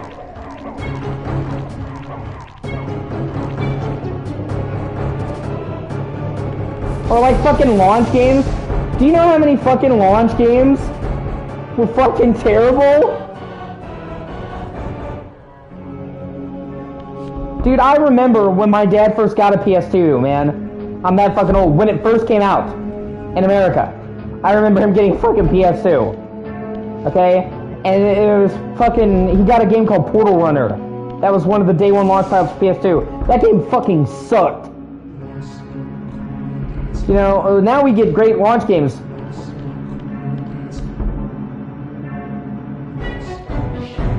Yeah. Pretty much.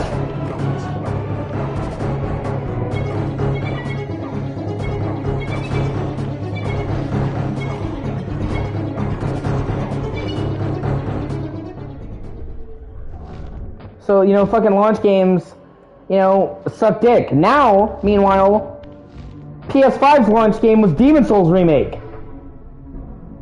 Yeah, Knack 2 is actually good though, by the way.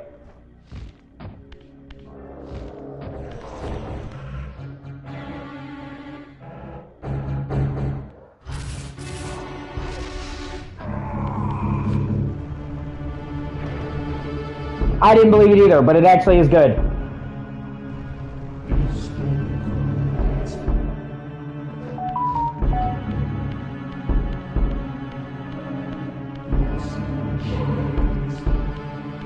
Sweet. Is that everything in this region? Yep, it is. Sweet. Well on my way, baby. Getting that sweet, sweet plat.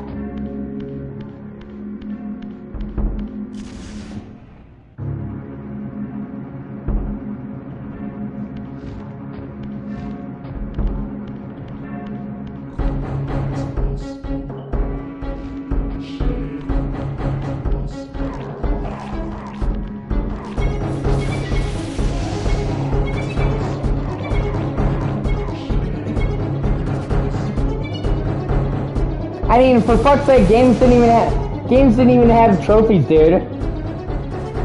Like, I can't tell you how much I love the idea of trophies in game. Like, that's one of the best things that fucking Microsoft ever did.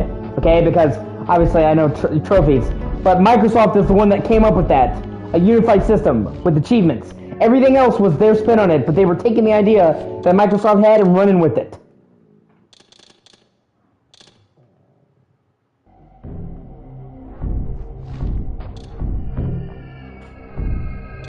And that just, like, that changed gaming, man. You know, because obviously, yeah, you could say it, but people could say, oh, I've done all this in a game, or I've got this in a game, you know? But you couldn't show it without, you know, taking a fucking Polaroid, and you didn't have something there for the world to see. No, they did not, actually, dude. They did not. They did not. They launched achievements. Hold on. I think they, hold on. Let me see when.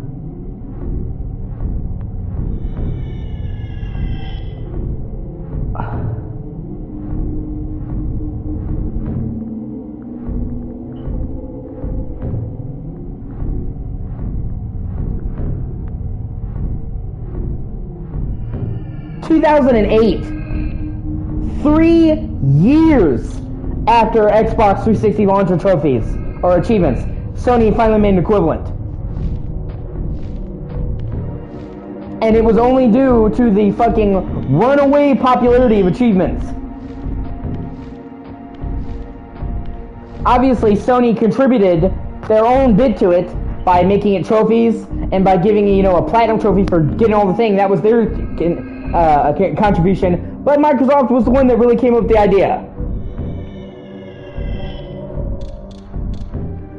You know, so now you can literally see your accomplishments and show the whole world. I fucking love that. I love everything about the idea of trophies, everything about the idea of achievements. That wasn't there in the PS2, Xbox, GameCube. So, you know, you have good, you have bad. There are definitely places where gaming can improve. There are definitely places where gaming can do better. It's just,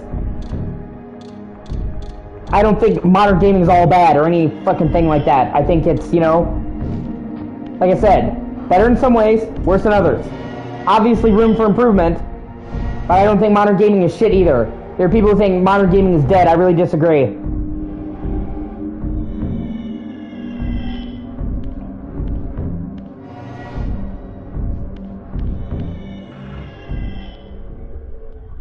Okay, there's...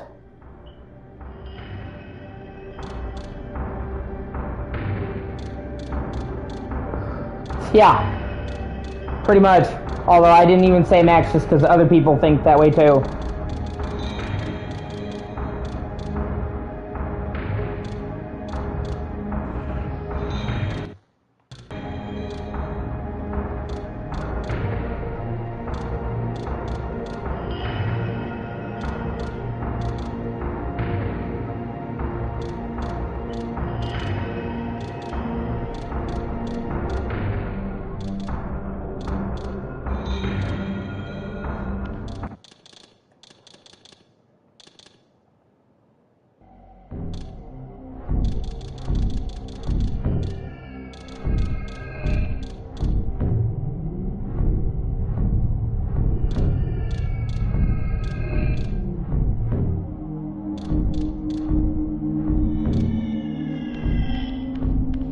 That's, you know, that's just fucking max. Like I said, I disagree. I disagree with a lot of people who think that modern gaming is shit.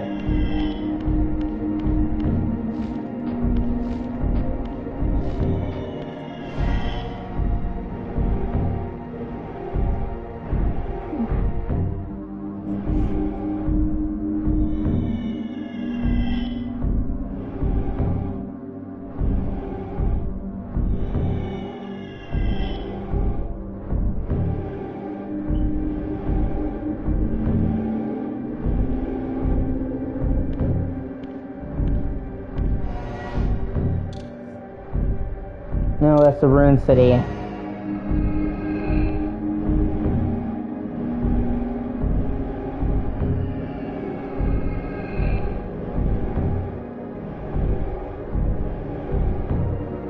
think that's, yeah. Yeah, the Drowned Abbey. That's what I was trying to get.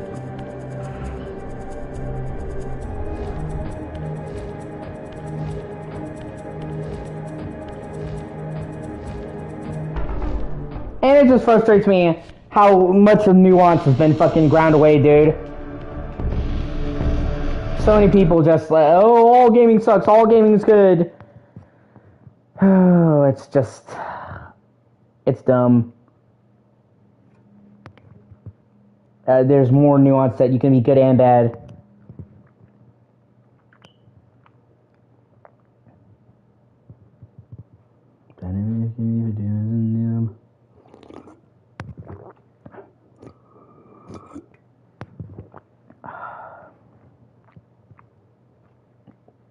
Let's see.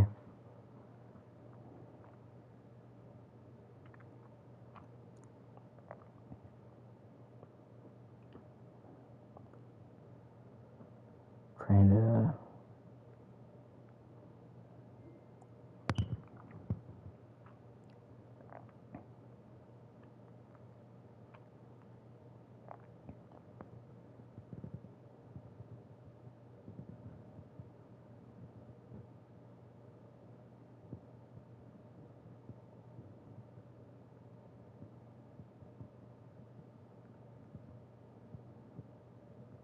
Trying to... Where it's in the Abbey.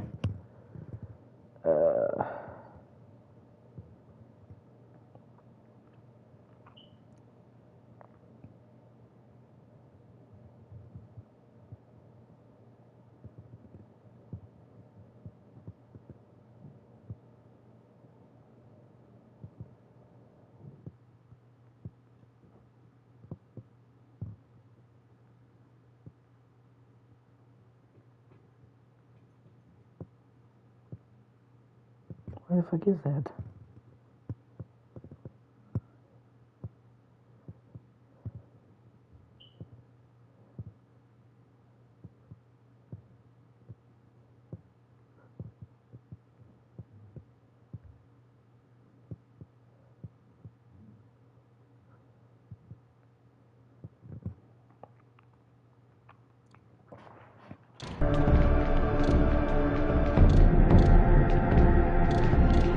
So there's one health power up and one energy power up there.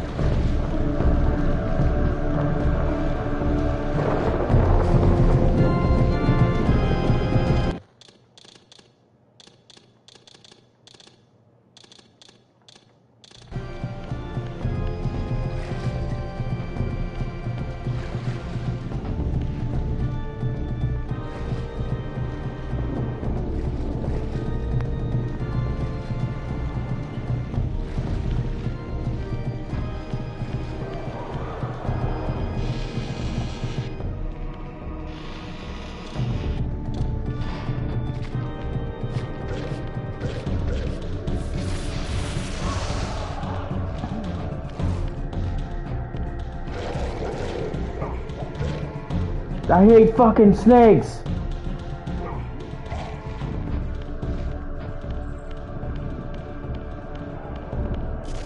Ah, okay, that's cool.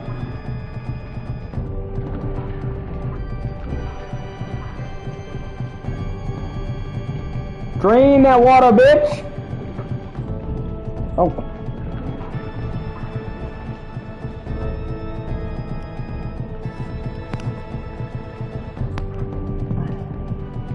My cat fucking butt me. I want to put my drink down.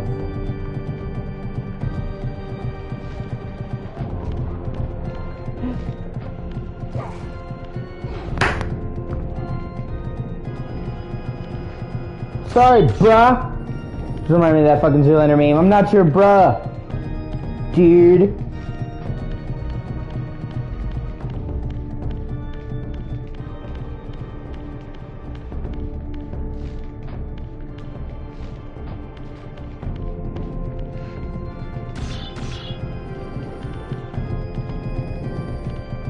There it is.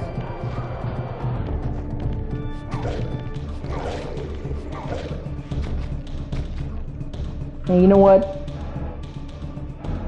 Fuck you. Burn, bitch!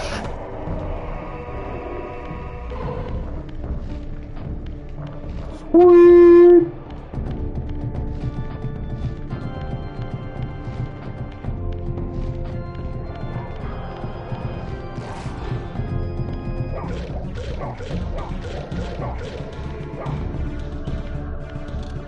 Okay, so now there's just an energy power up around here.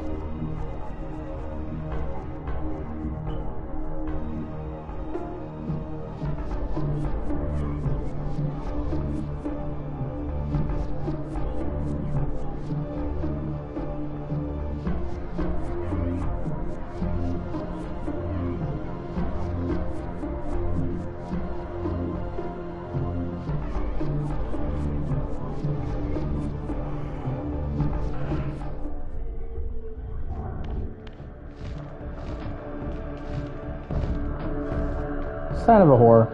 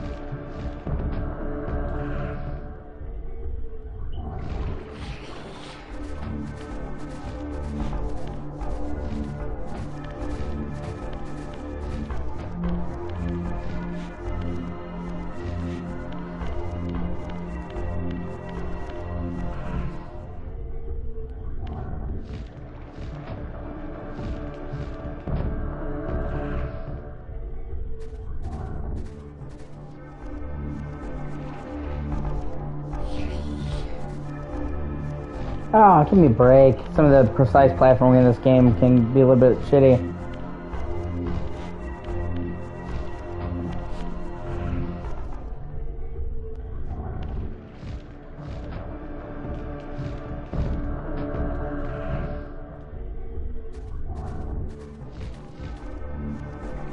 Fuck you. Actually, I wonder, do I even have to... Hold on. I actually wonder, do I even have to do that? Hold on. I want to see some...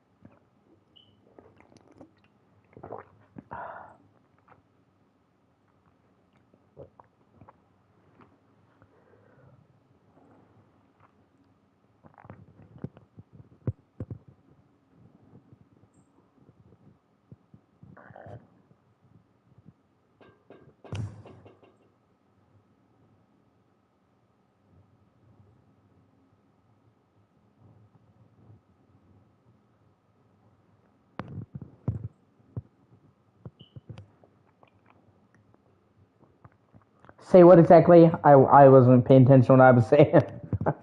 Oh, God.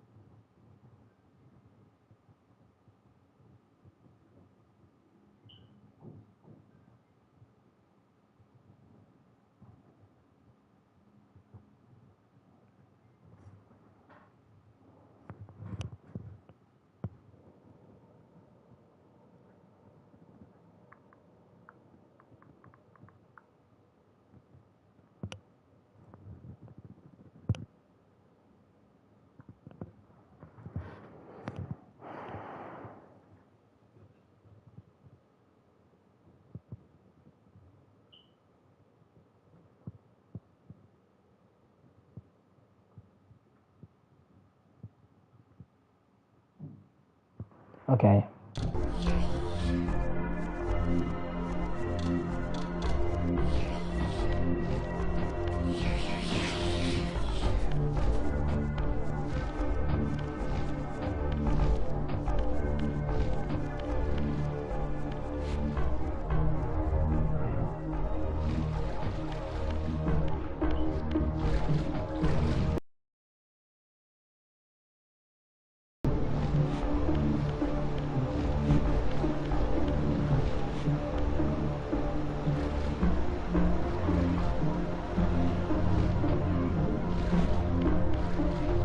That's also something I really dig. You could hear lightning in the original game, but you couldn't see it. You could actually see lightning flashing in the skybox with the new visuals.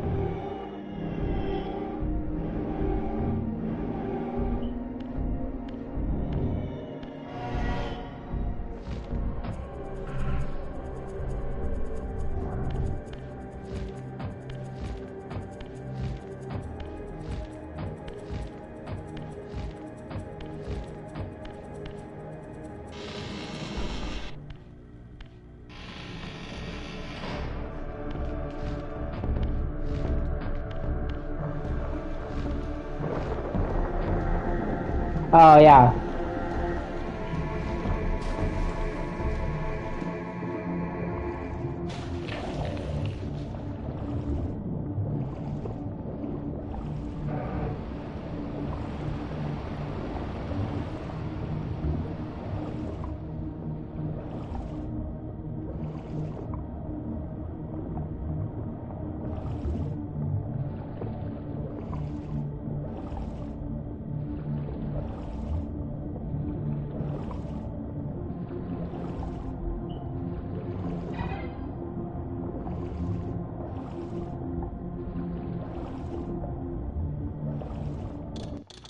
That's everything here.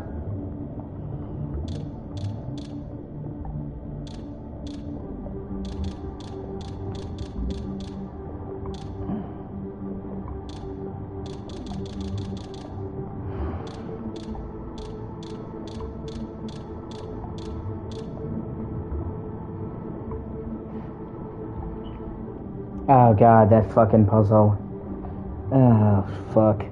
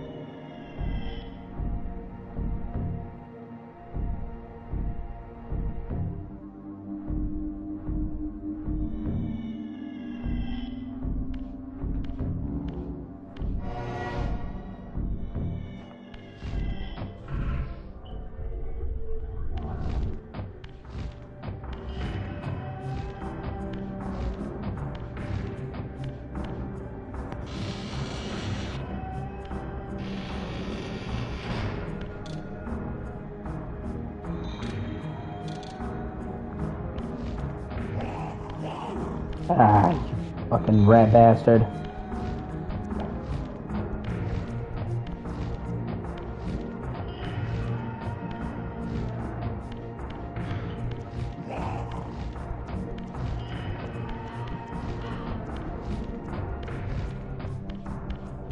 Take a stone to the face, bitch!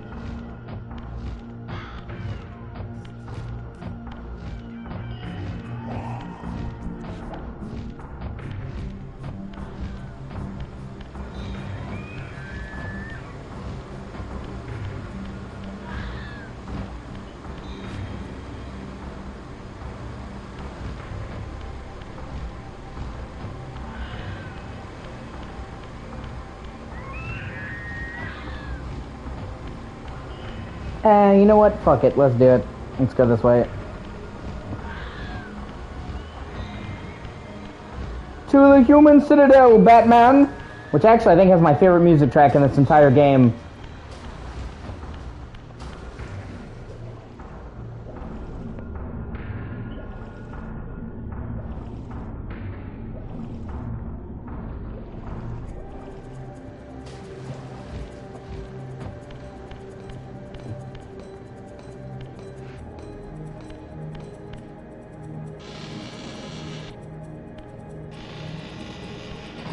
So, bro?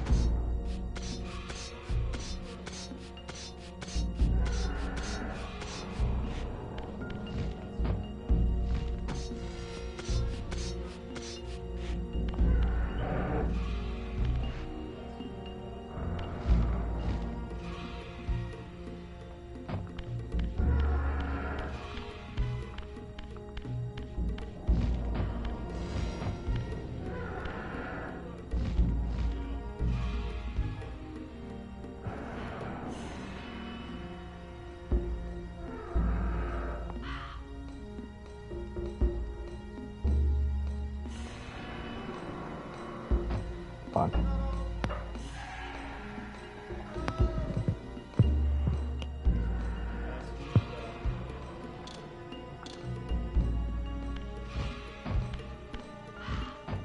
No, he doesn't.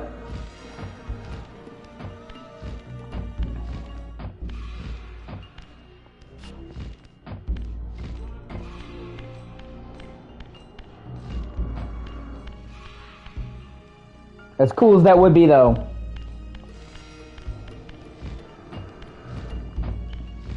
The whole thing is supposed to be, he's supposed to be a fallen angel. Basically. That's what they base the idea for Raziel off of. Gotta never forgive me for doing my sense of deals and do them. Gotta never forgive me for doing my sense of deals and do them.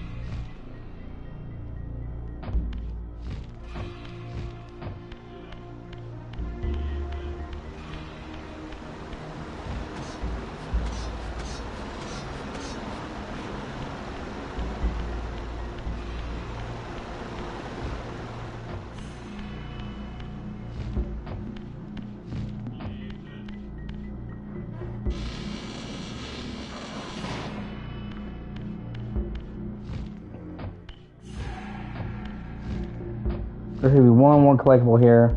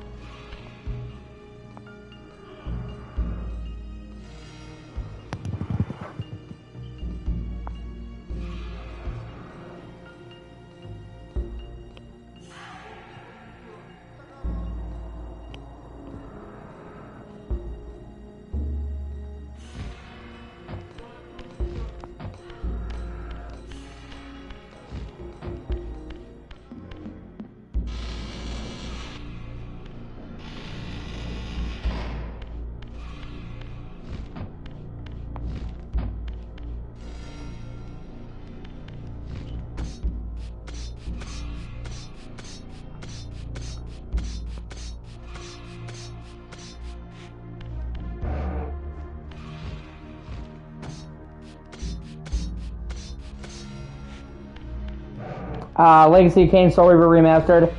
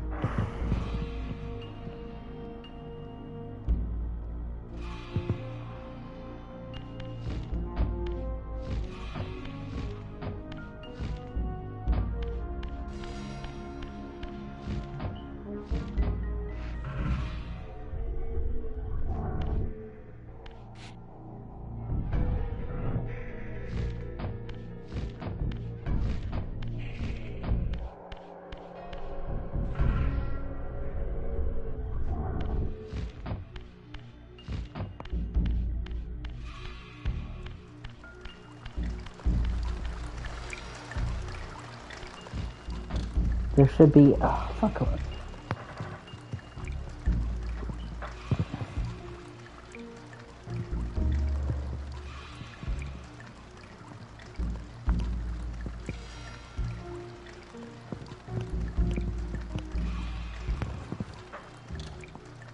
I just love the music of this area. It's just like soft, but menacing, but kind of like quietly hopeful. I just love the way that piano. Bum, bum, bum, bum.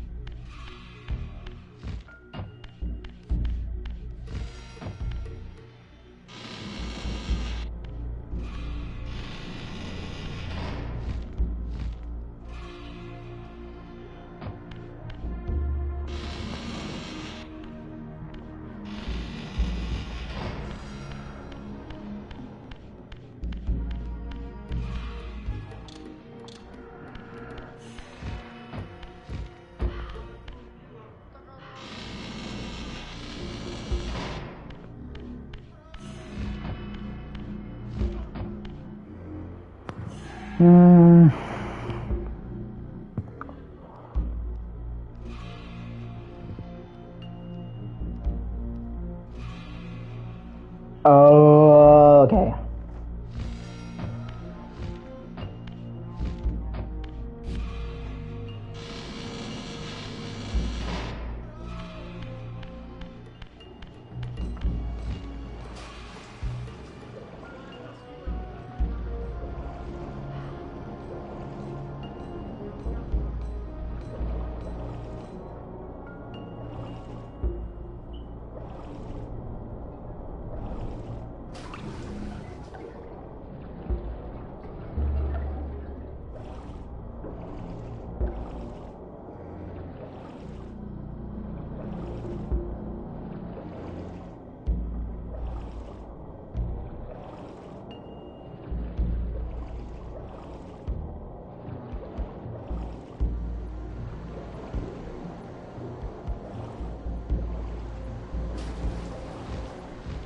No, I'm just looking for all the collectibles, pretty much.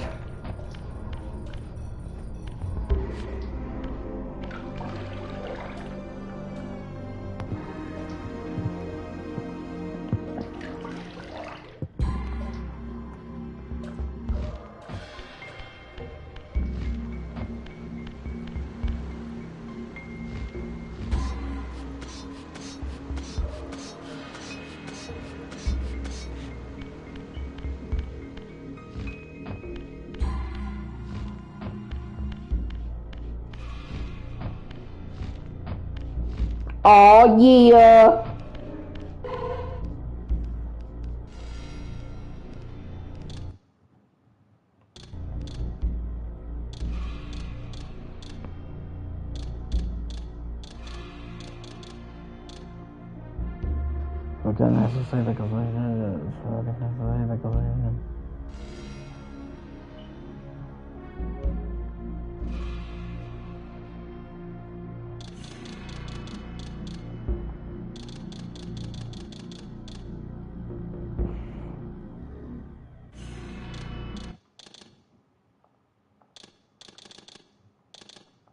I should only have one more health piece to get, and then I'll have gotten all of them in the entire game and maxed them out.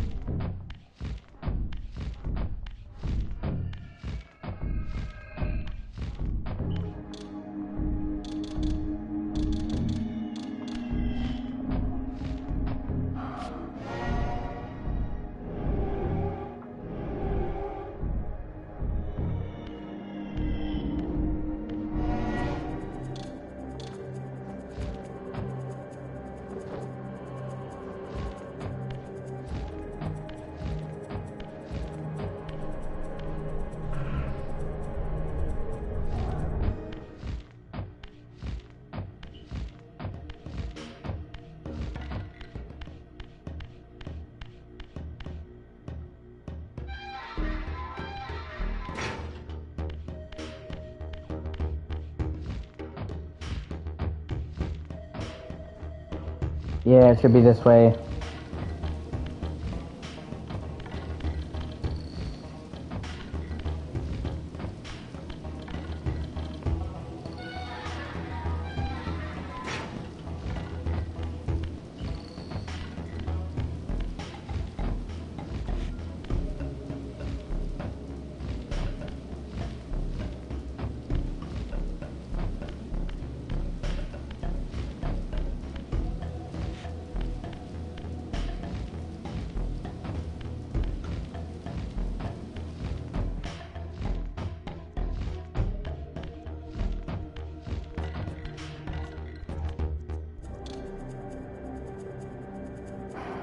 Fuck. Oh, never mind. I gotta go the other way. Oh, God. Not a big deal.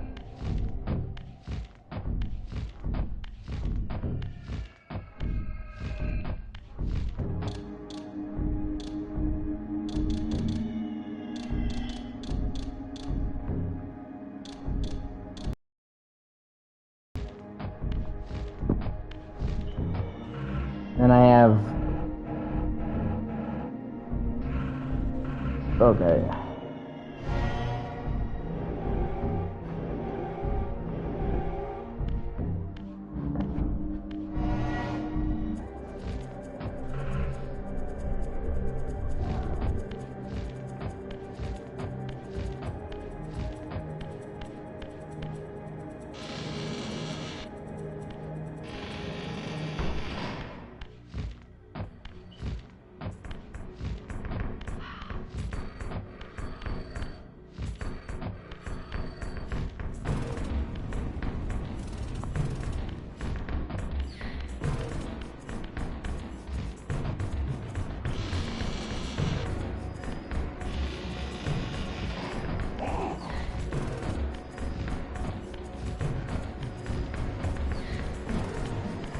No, that's Lake of the fucking Dead. I had to go the other way, my bad.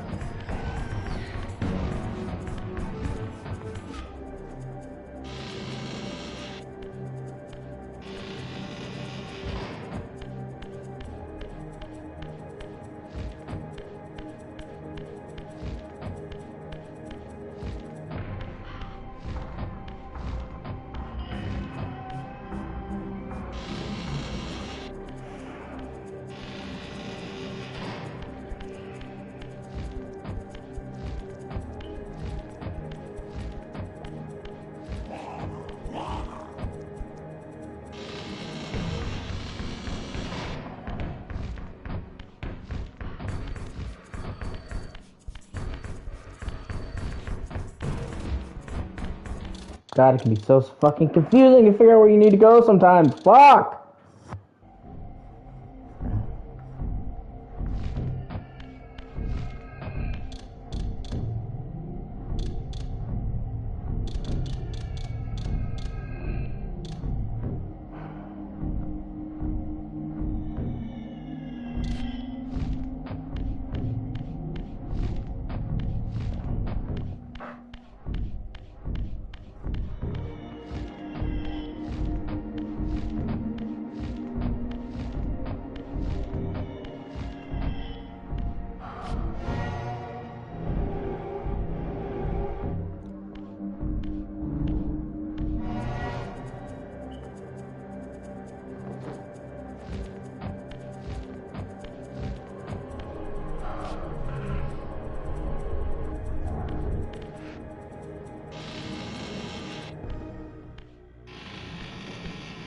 Here we go, finally. Fuck.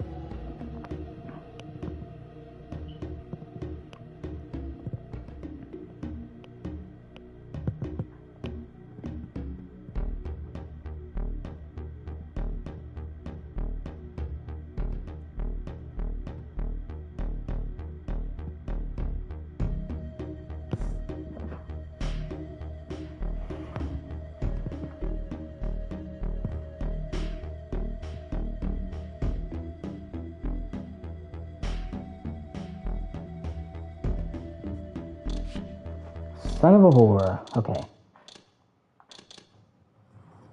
I will find the direction that I meant to go.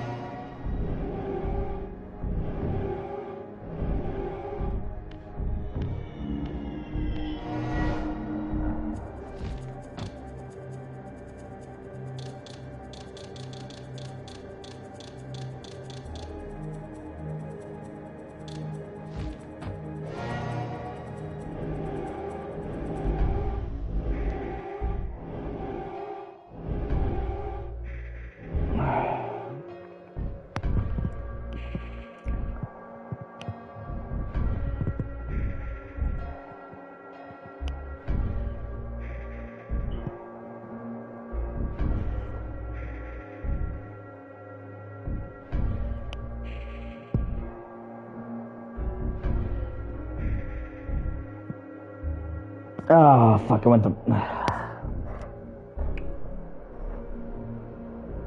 Oh, boy. Okay, let's try this again.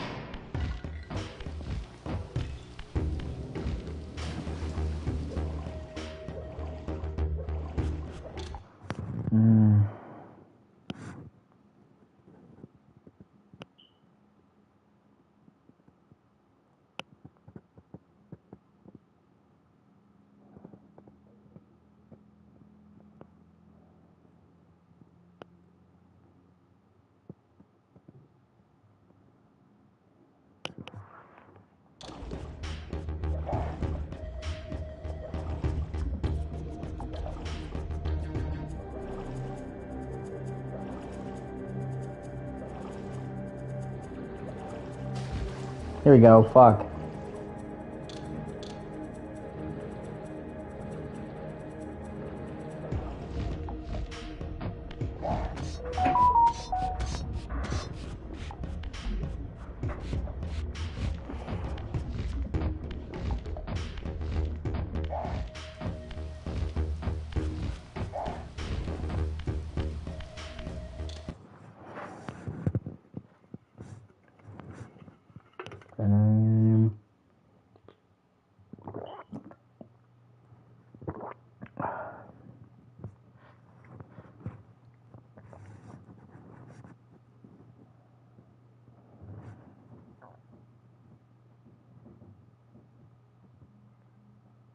Motherfucker.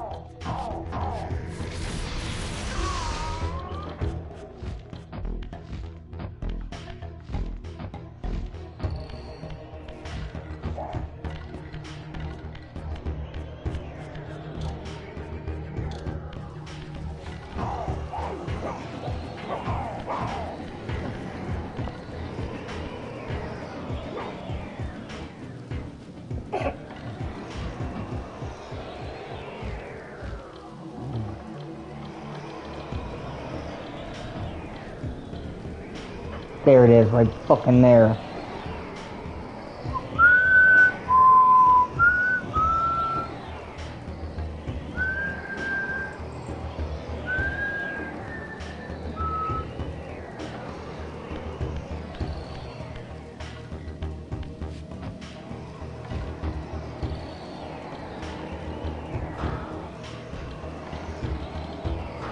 Haha, motherfucker! I believe I can glide!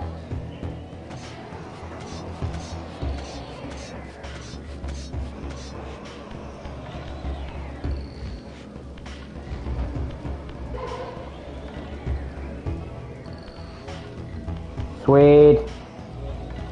That's all the health items. Let me see what remaining trophies I have.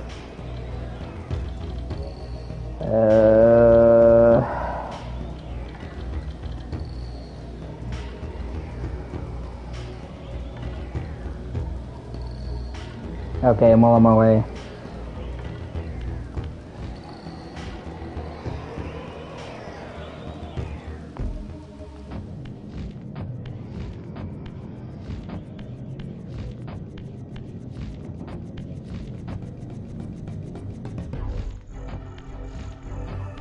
Red Reaver? More like Red Robin. Yum! I'm sorry.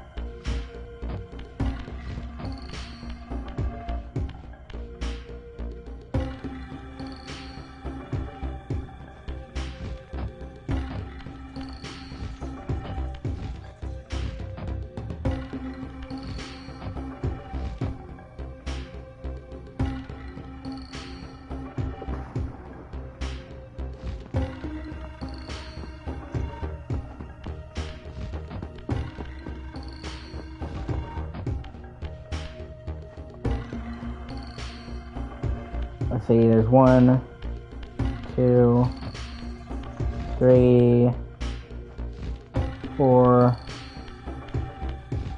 5, 6.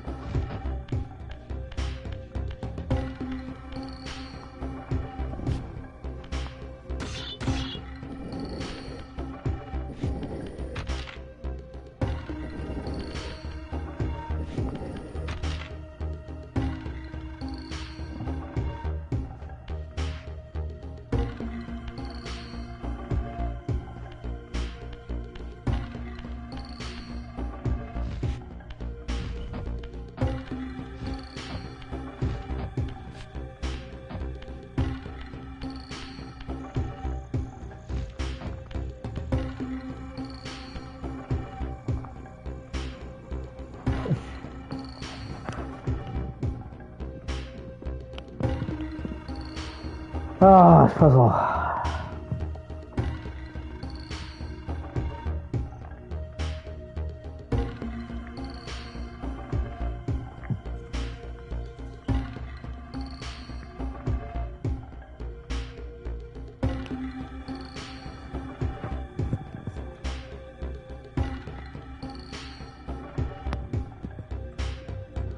Music and maybe do myself like a necessary because my goddamn music game to the new goddamn music game to the new.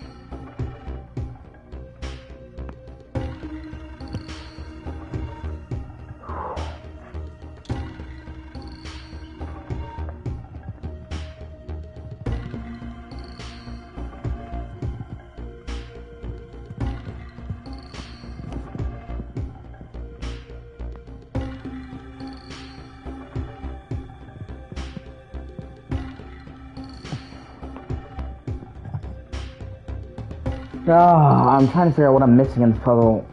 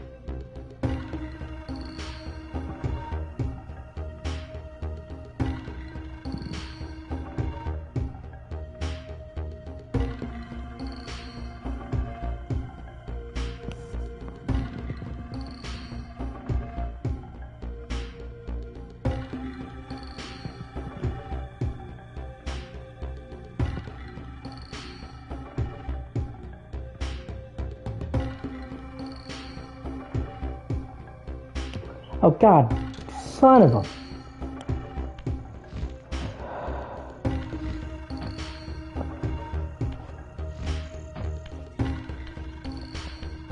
Oh my God, they hid one of the blocks. Those motherfuckers. No wonder I couldn't solve it. Like, oh, I don't have everything I need. Yeah, because it wasn't there. Fuck me. That's just mean, okay? You see the blocks, you don't think, oh, one's on the other end of the room on the third level and find a fucking alcove.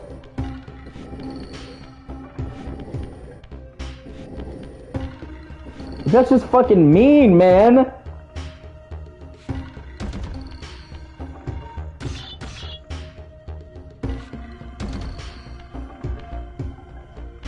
Okay, here's the room with the puzzle.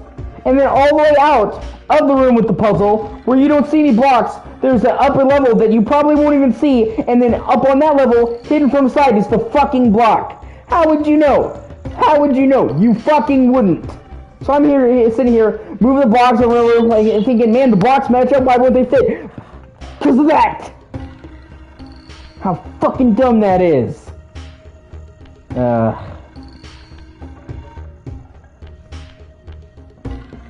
So I'm moving the blocks endlessly. Like, man, it looks like it matches, and they did.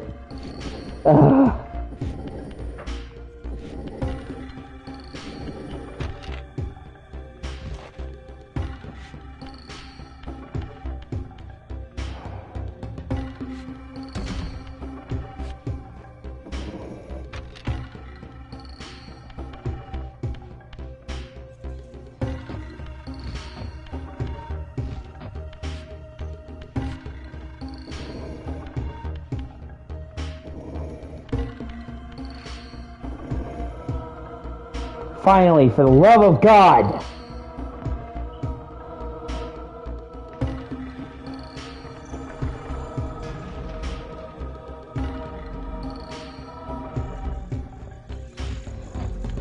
Or should look at my... I have the power!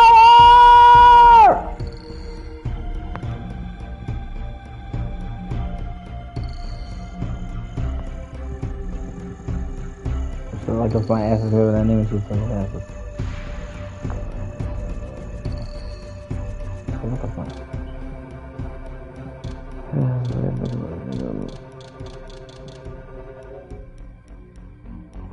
Let me see where the... What other glyphs am I missing? I need...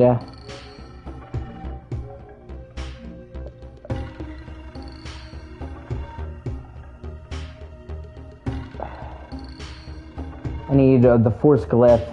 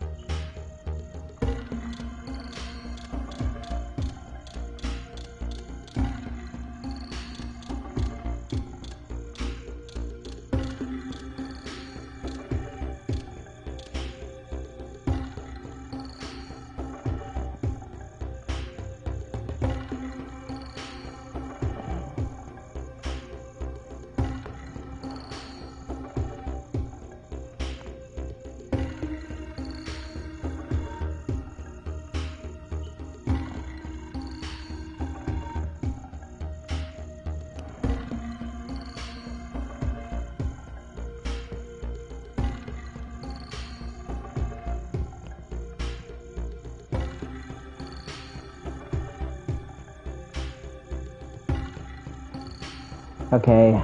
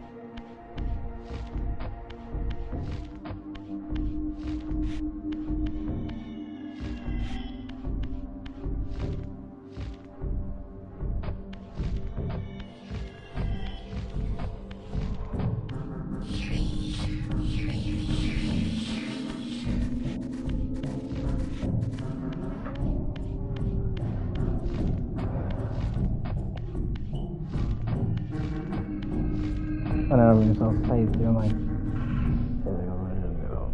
Okay.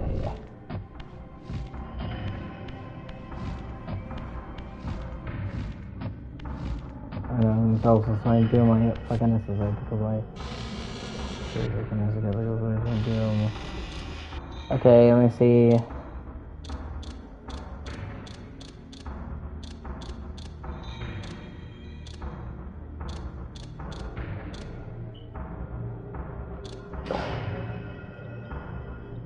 I'll check my trophies.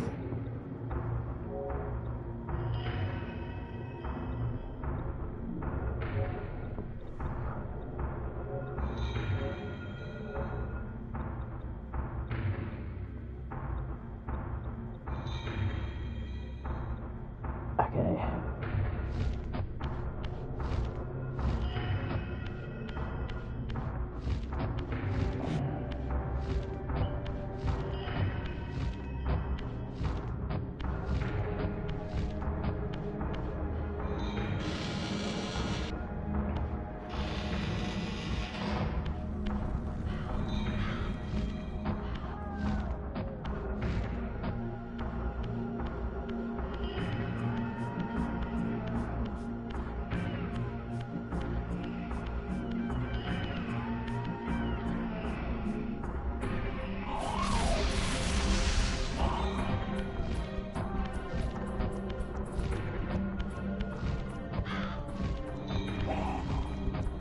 I guess it's impossible to get a stealth kill with the Reaver. Oh well.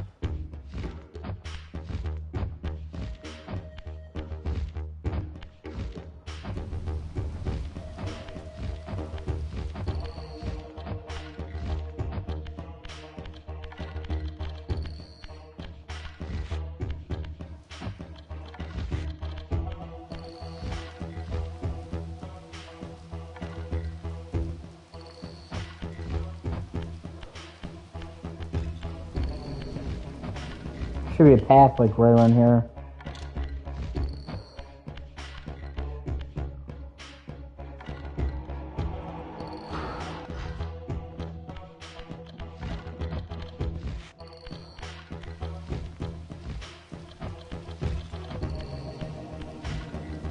Or did I miss something? Nah, I probably fucking missed something.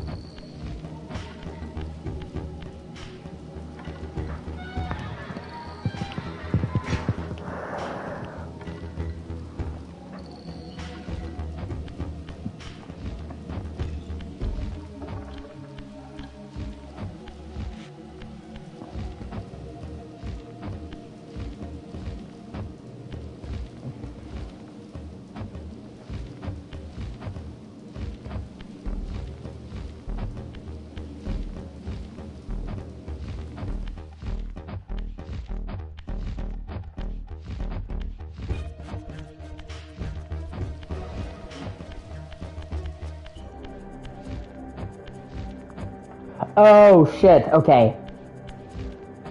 I'm fucking dumb. I was thinking of an entirely different fucking room with water.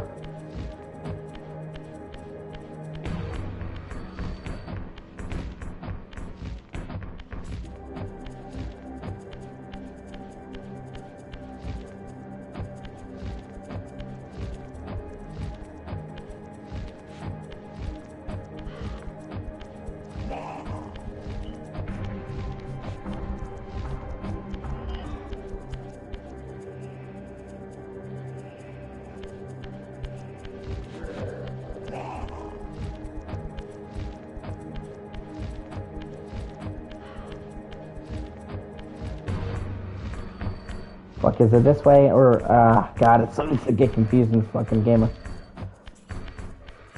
No, it's not this way.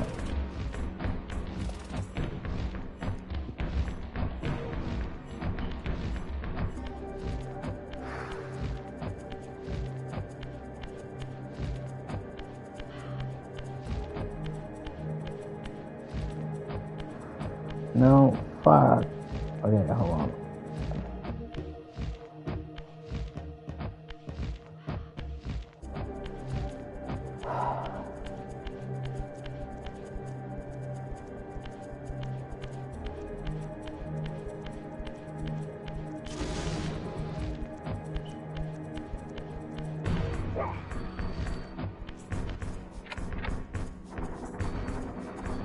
Yeah.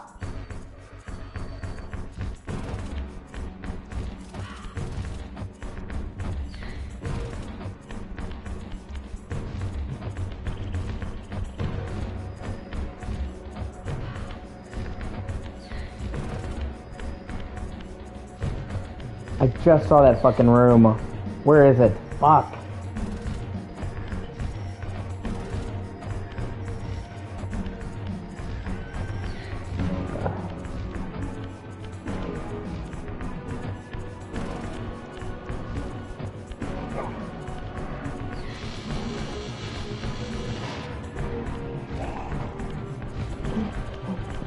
Ah, here it is.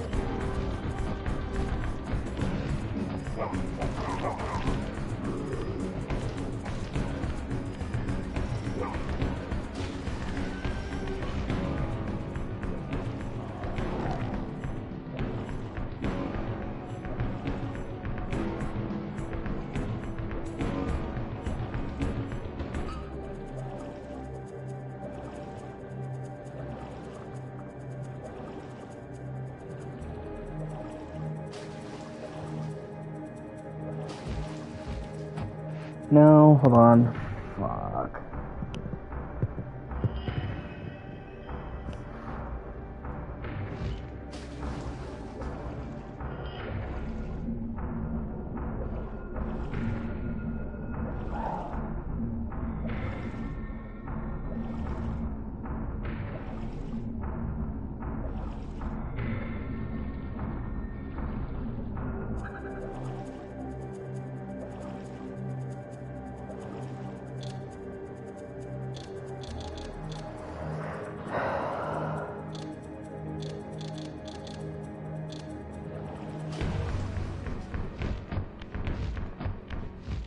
Or is it back this way? God have mercy on my soul. I don't know.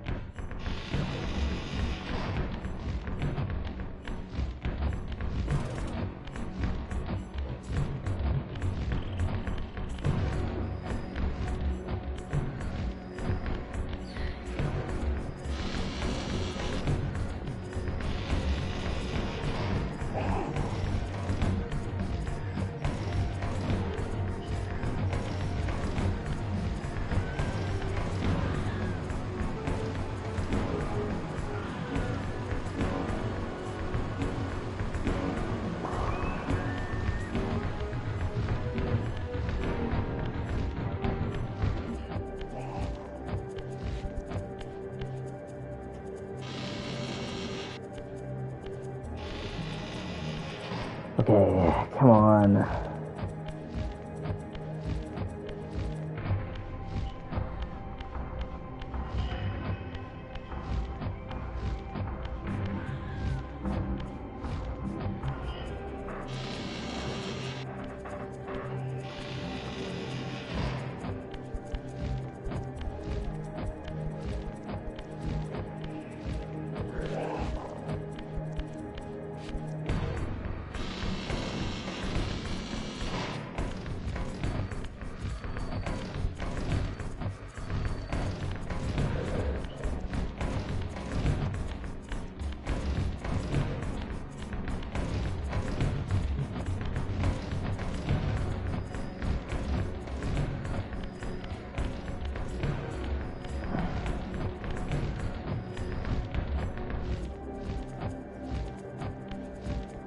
God, why does this have to be so fucking confusing?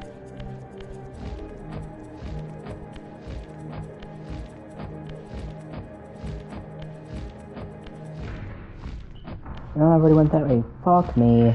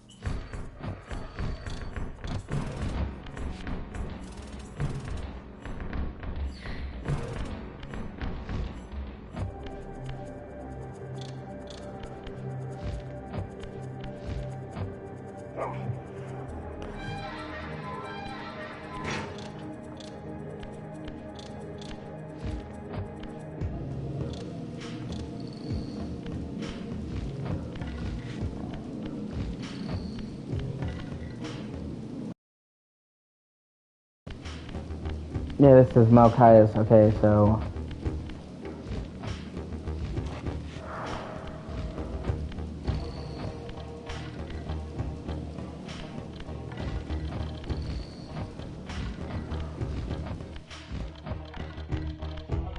Oh, there's a door right there that I missed. Oh, yeah.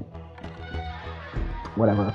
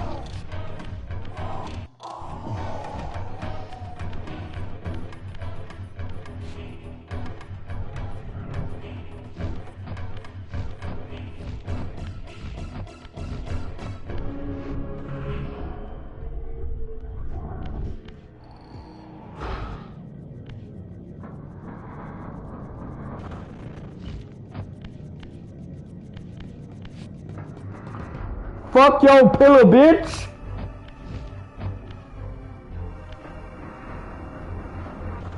And then they give me to my.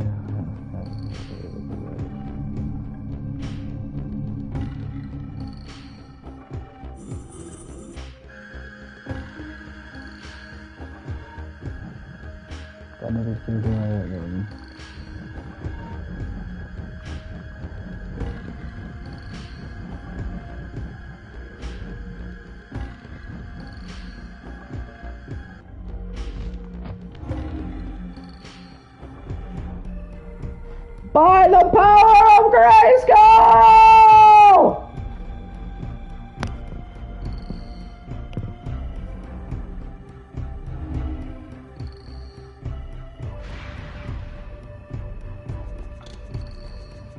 Okay, let me check the trophies I've got left.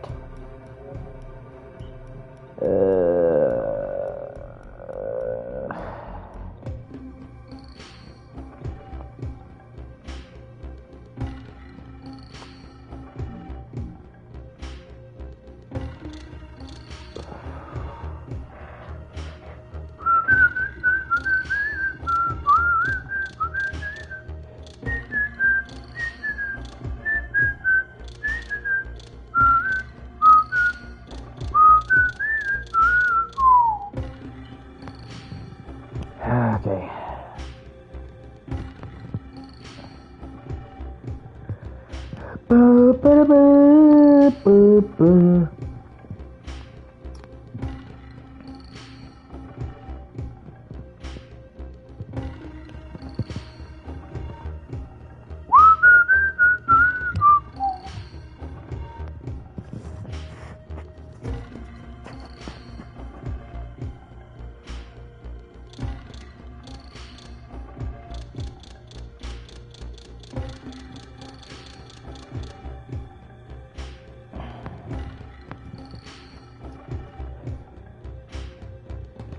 Got another game for doom and doom. Got another game for doom and doom.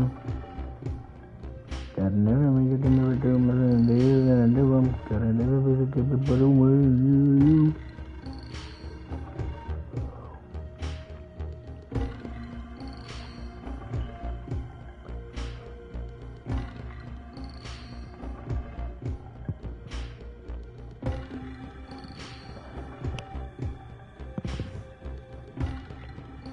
Got another.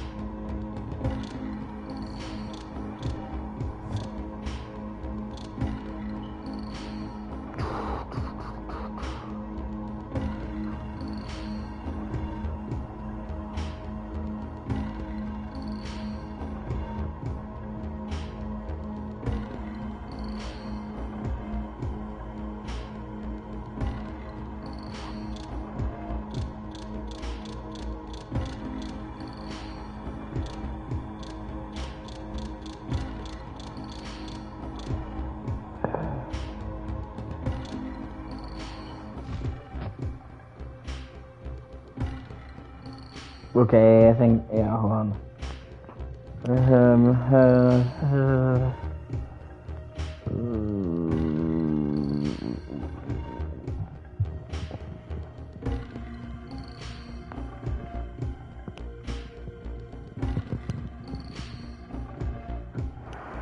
Okay, hold on.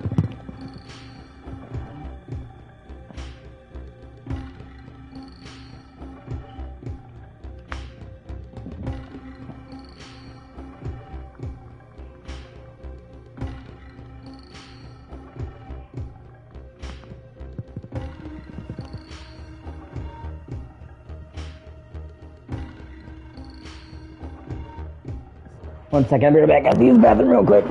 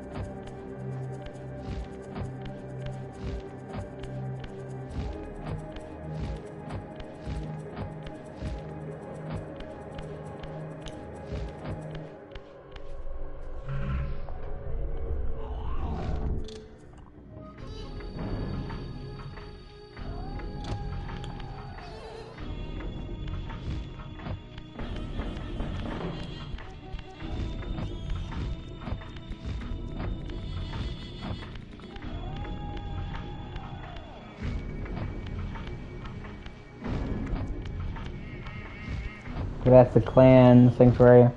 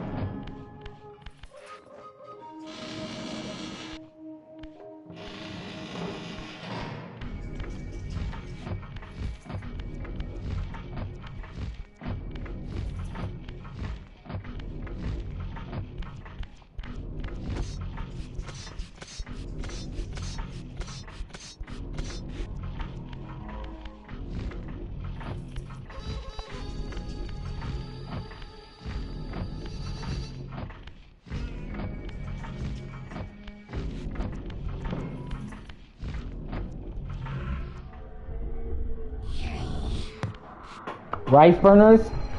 What is that?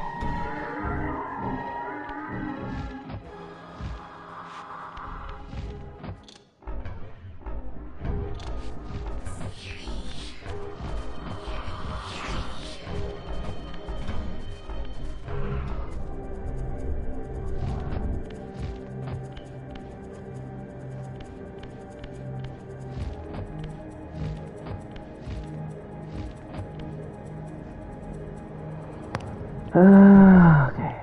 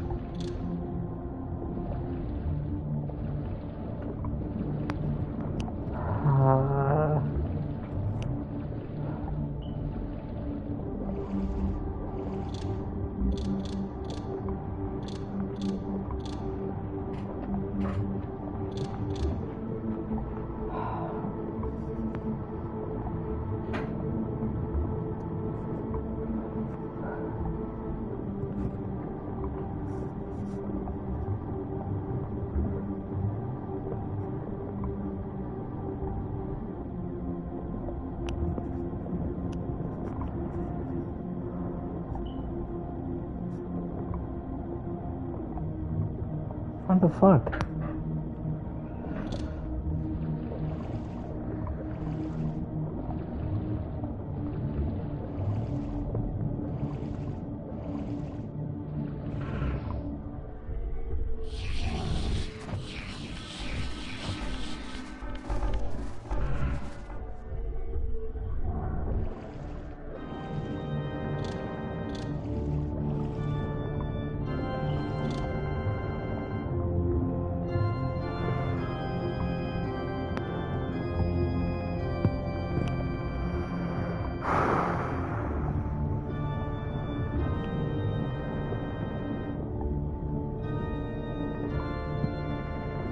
There's 5 glyph upgrades. 1, 2.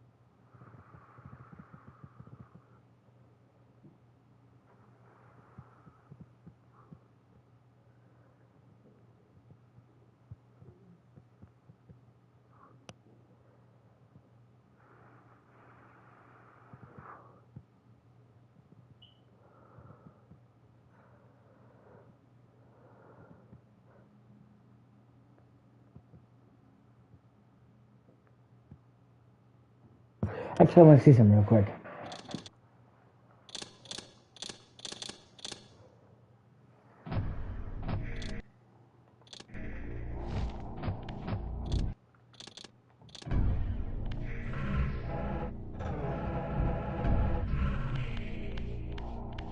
Damn it, now it's someone else.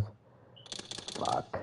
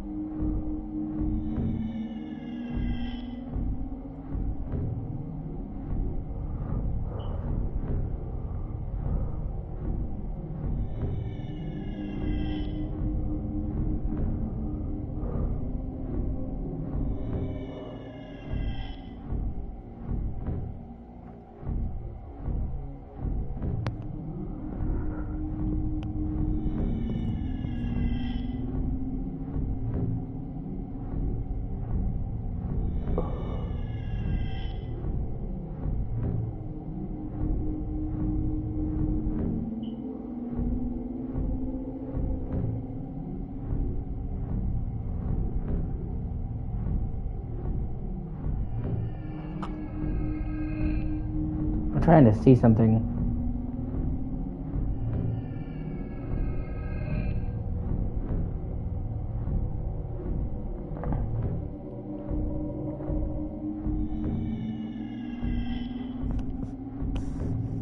Thank you for watching. I appreciate you.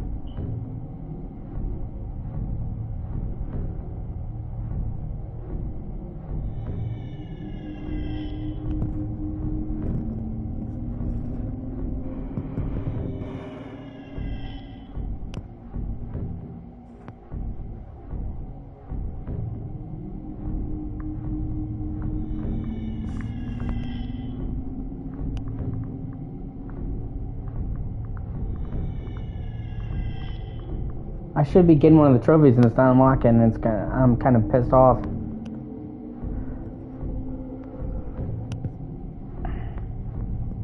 I'm trying to make sure I didn't miss anything.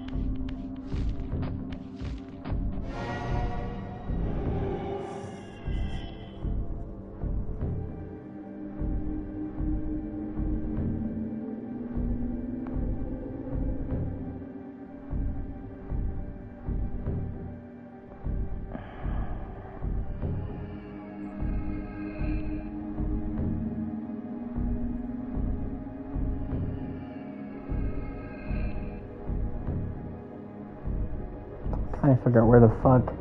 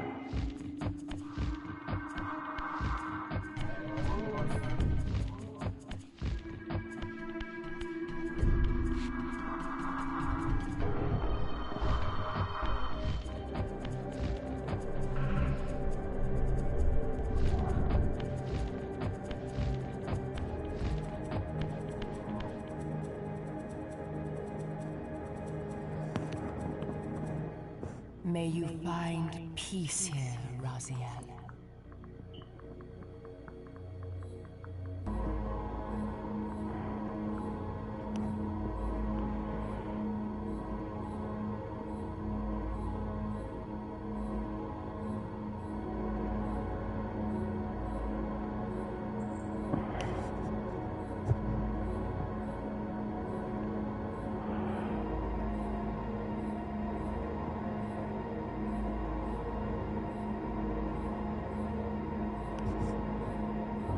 Yeah.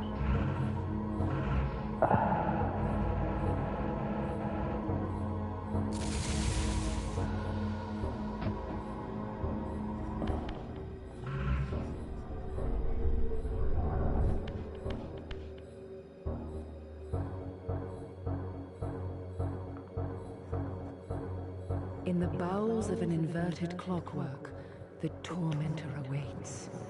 Be wary, Raziel. Those blind with rage are by destiny ensnared.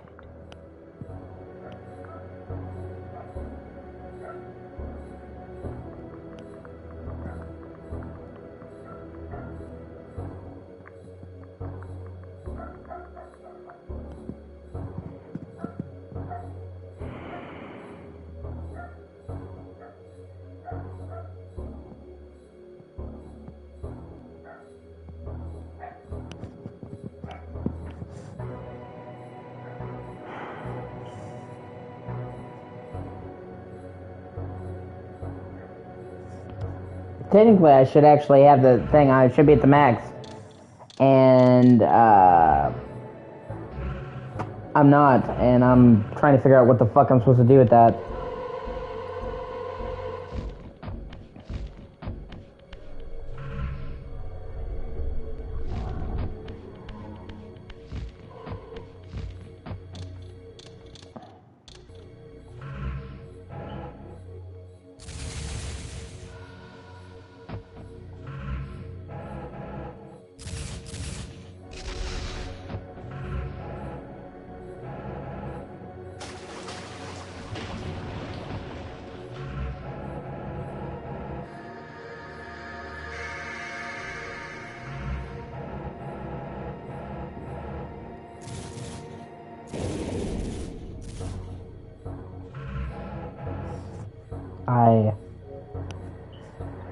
Oh, dude, if I can't...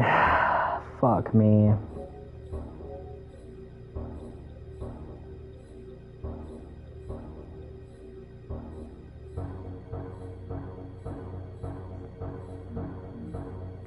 I'll be right back. I'm gonna see if I can do something to fix this because it's pissing me off.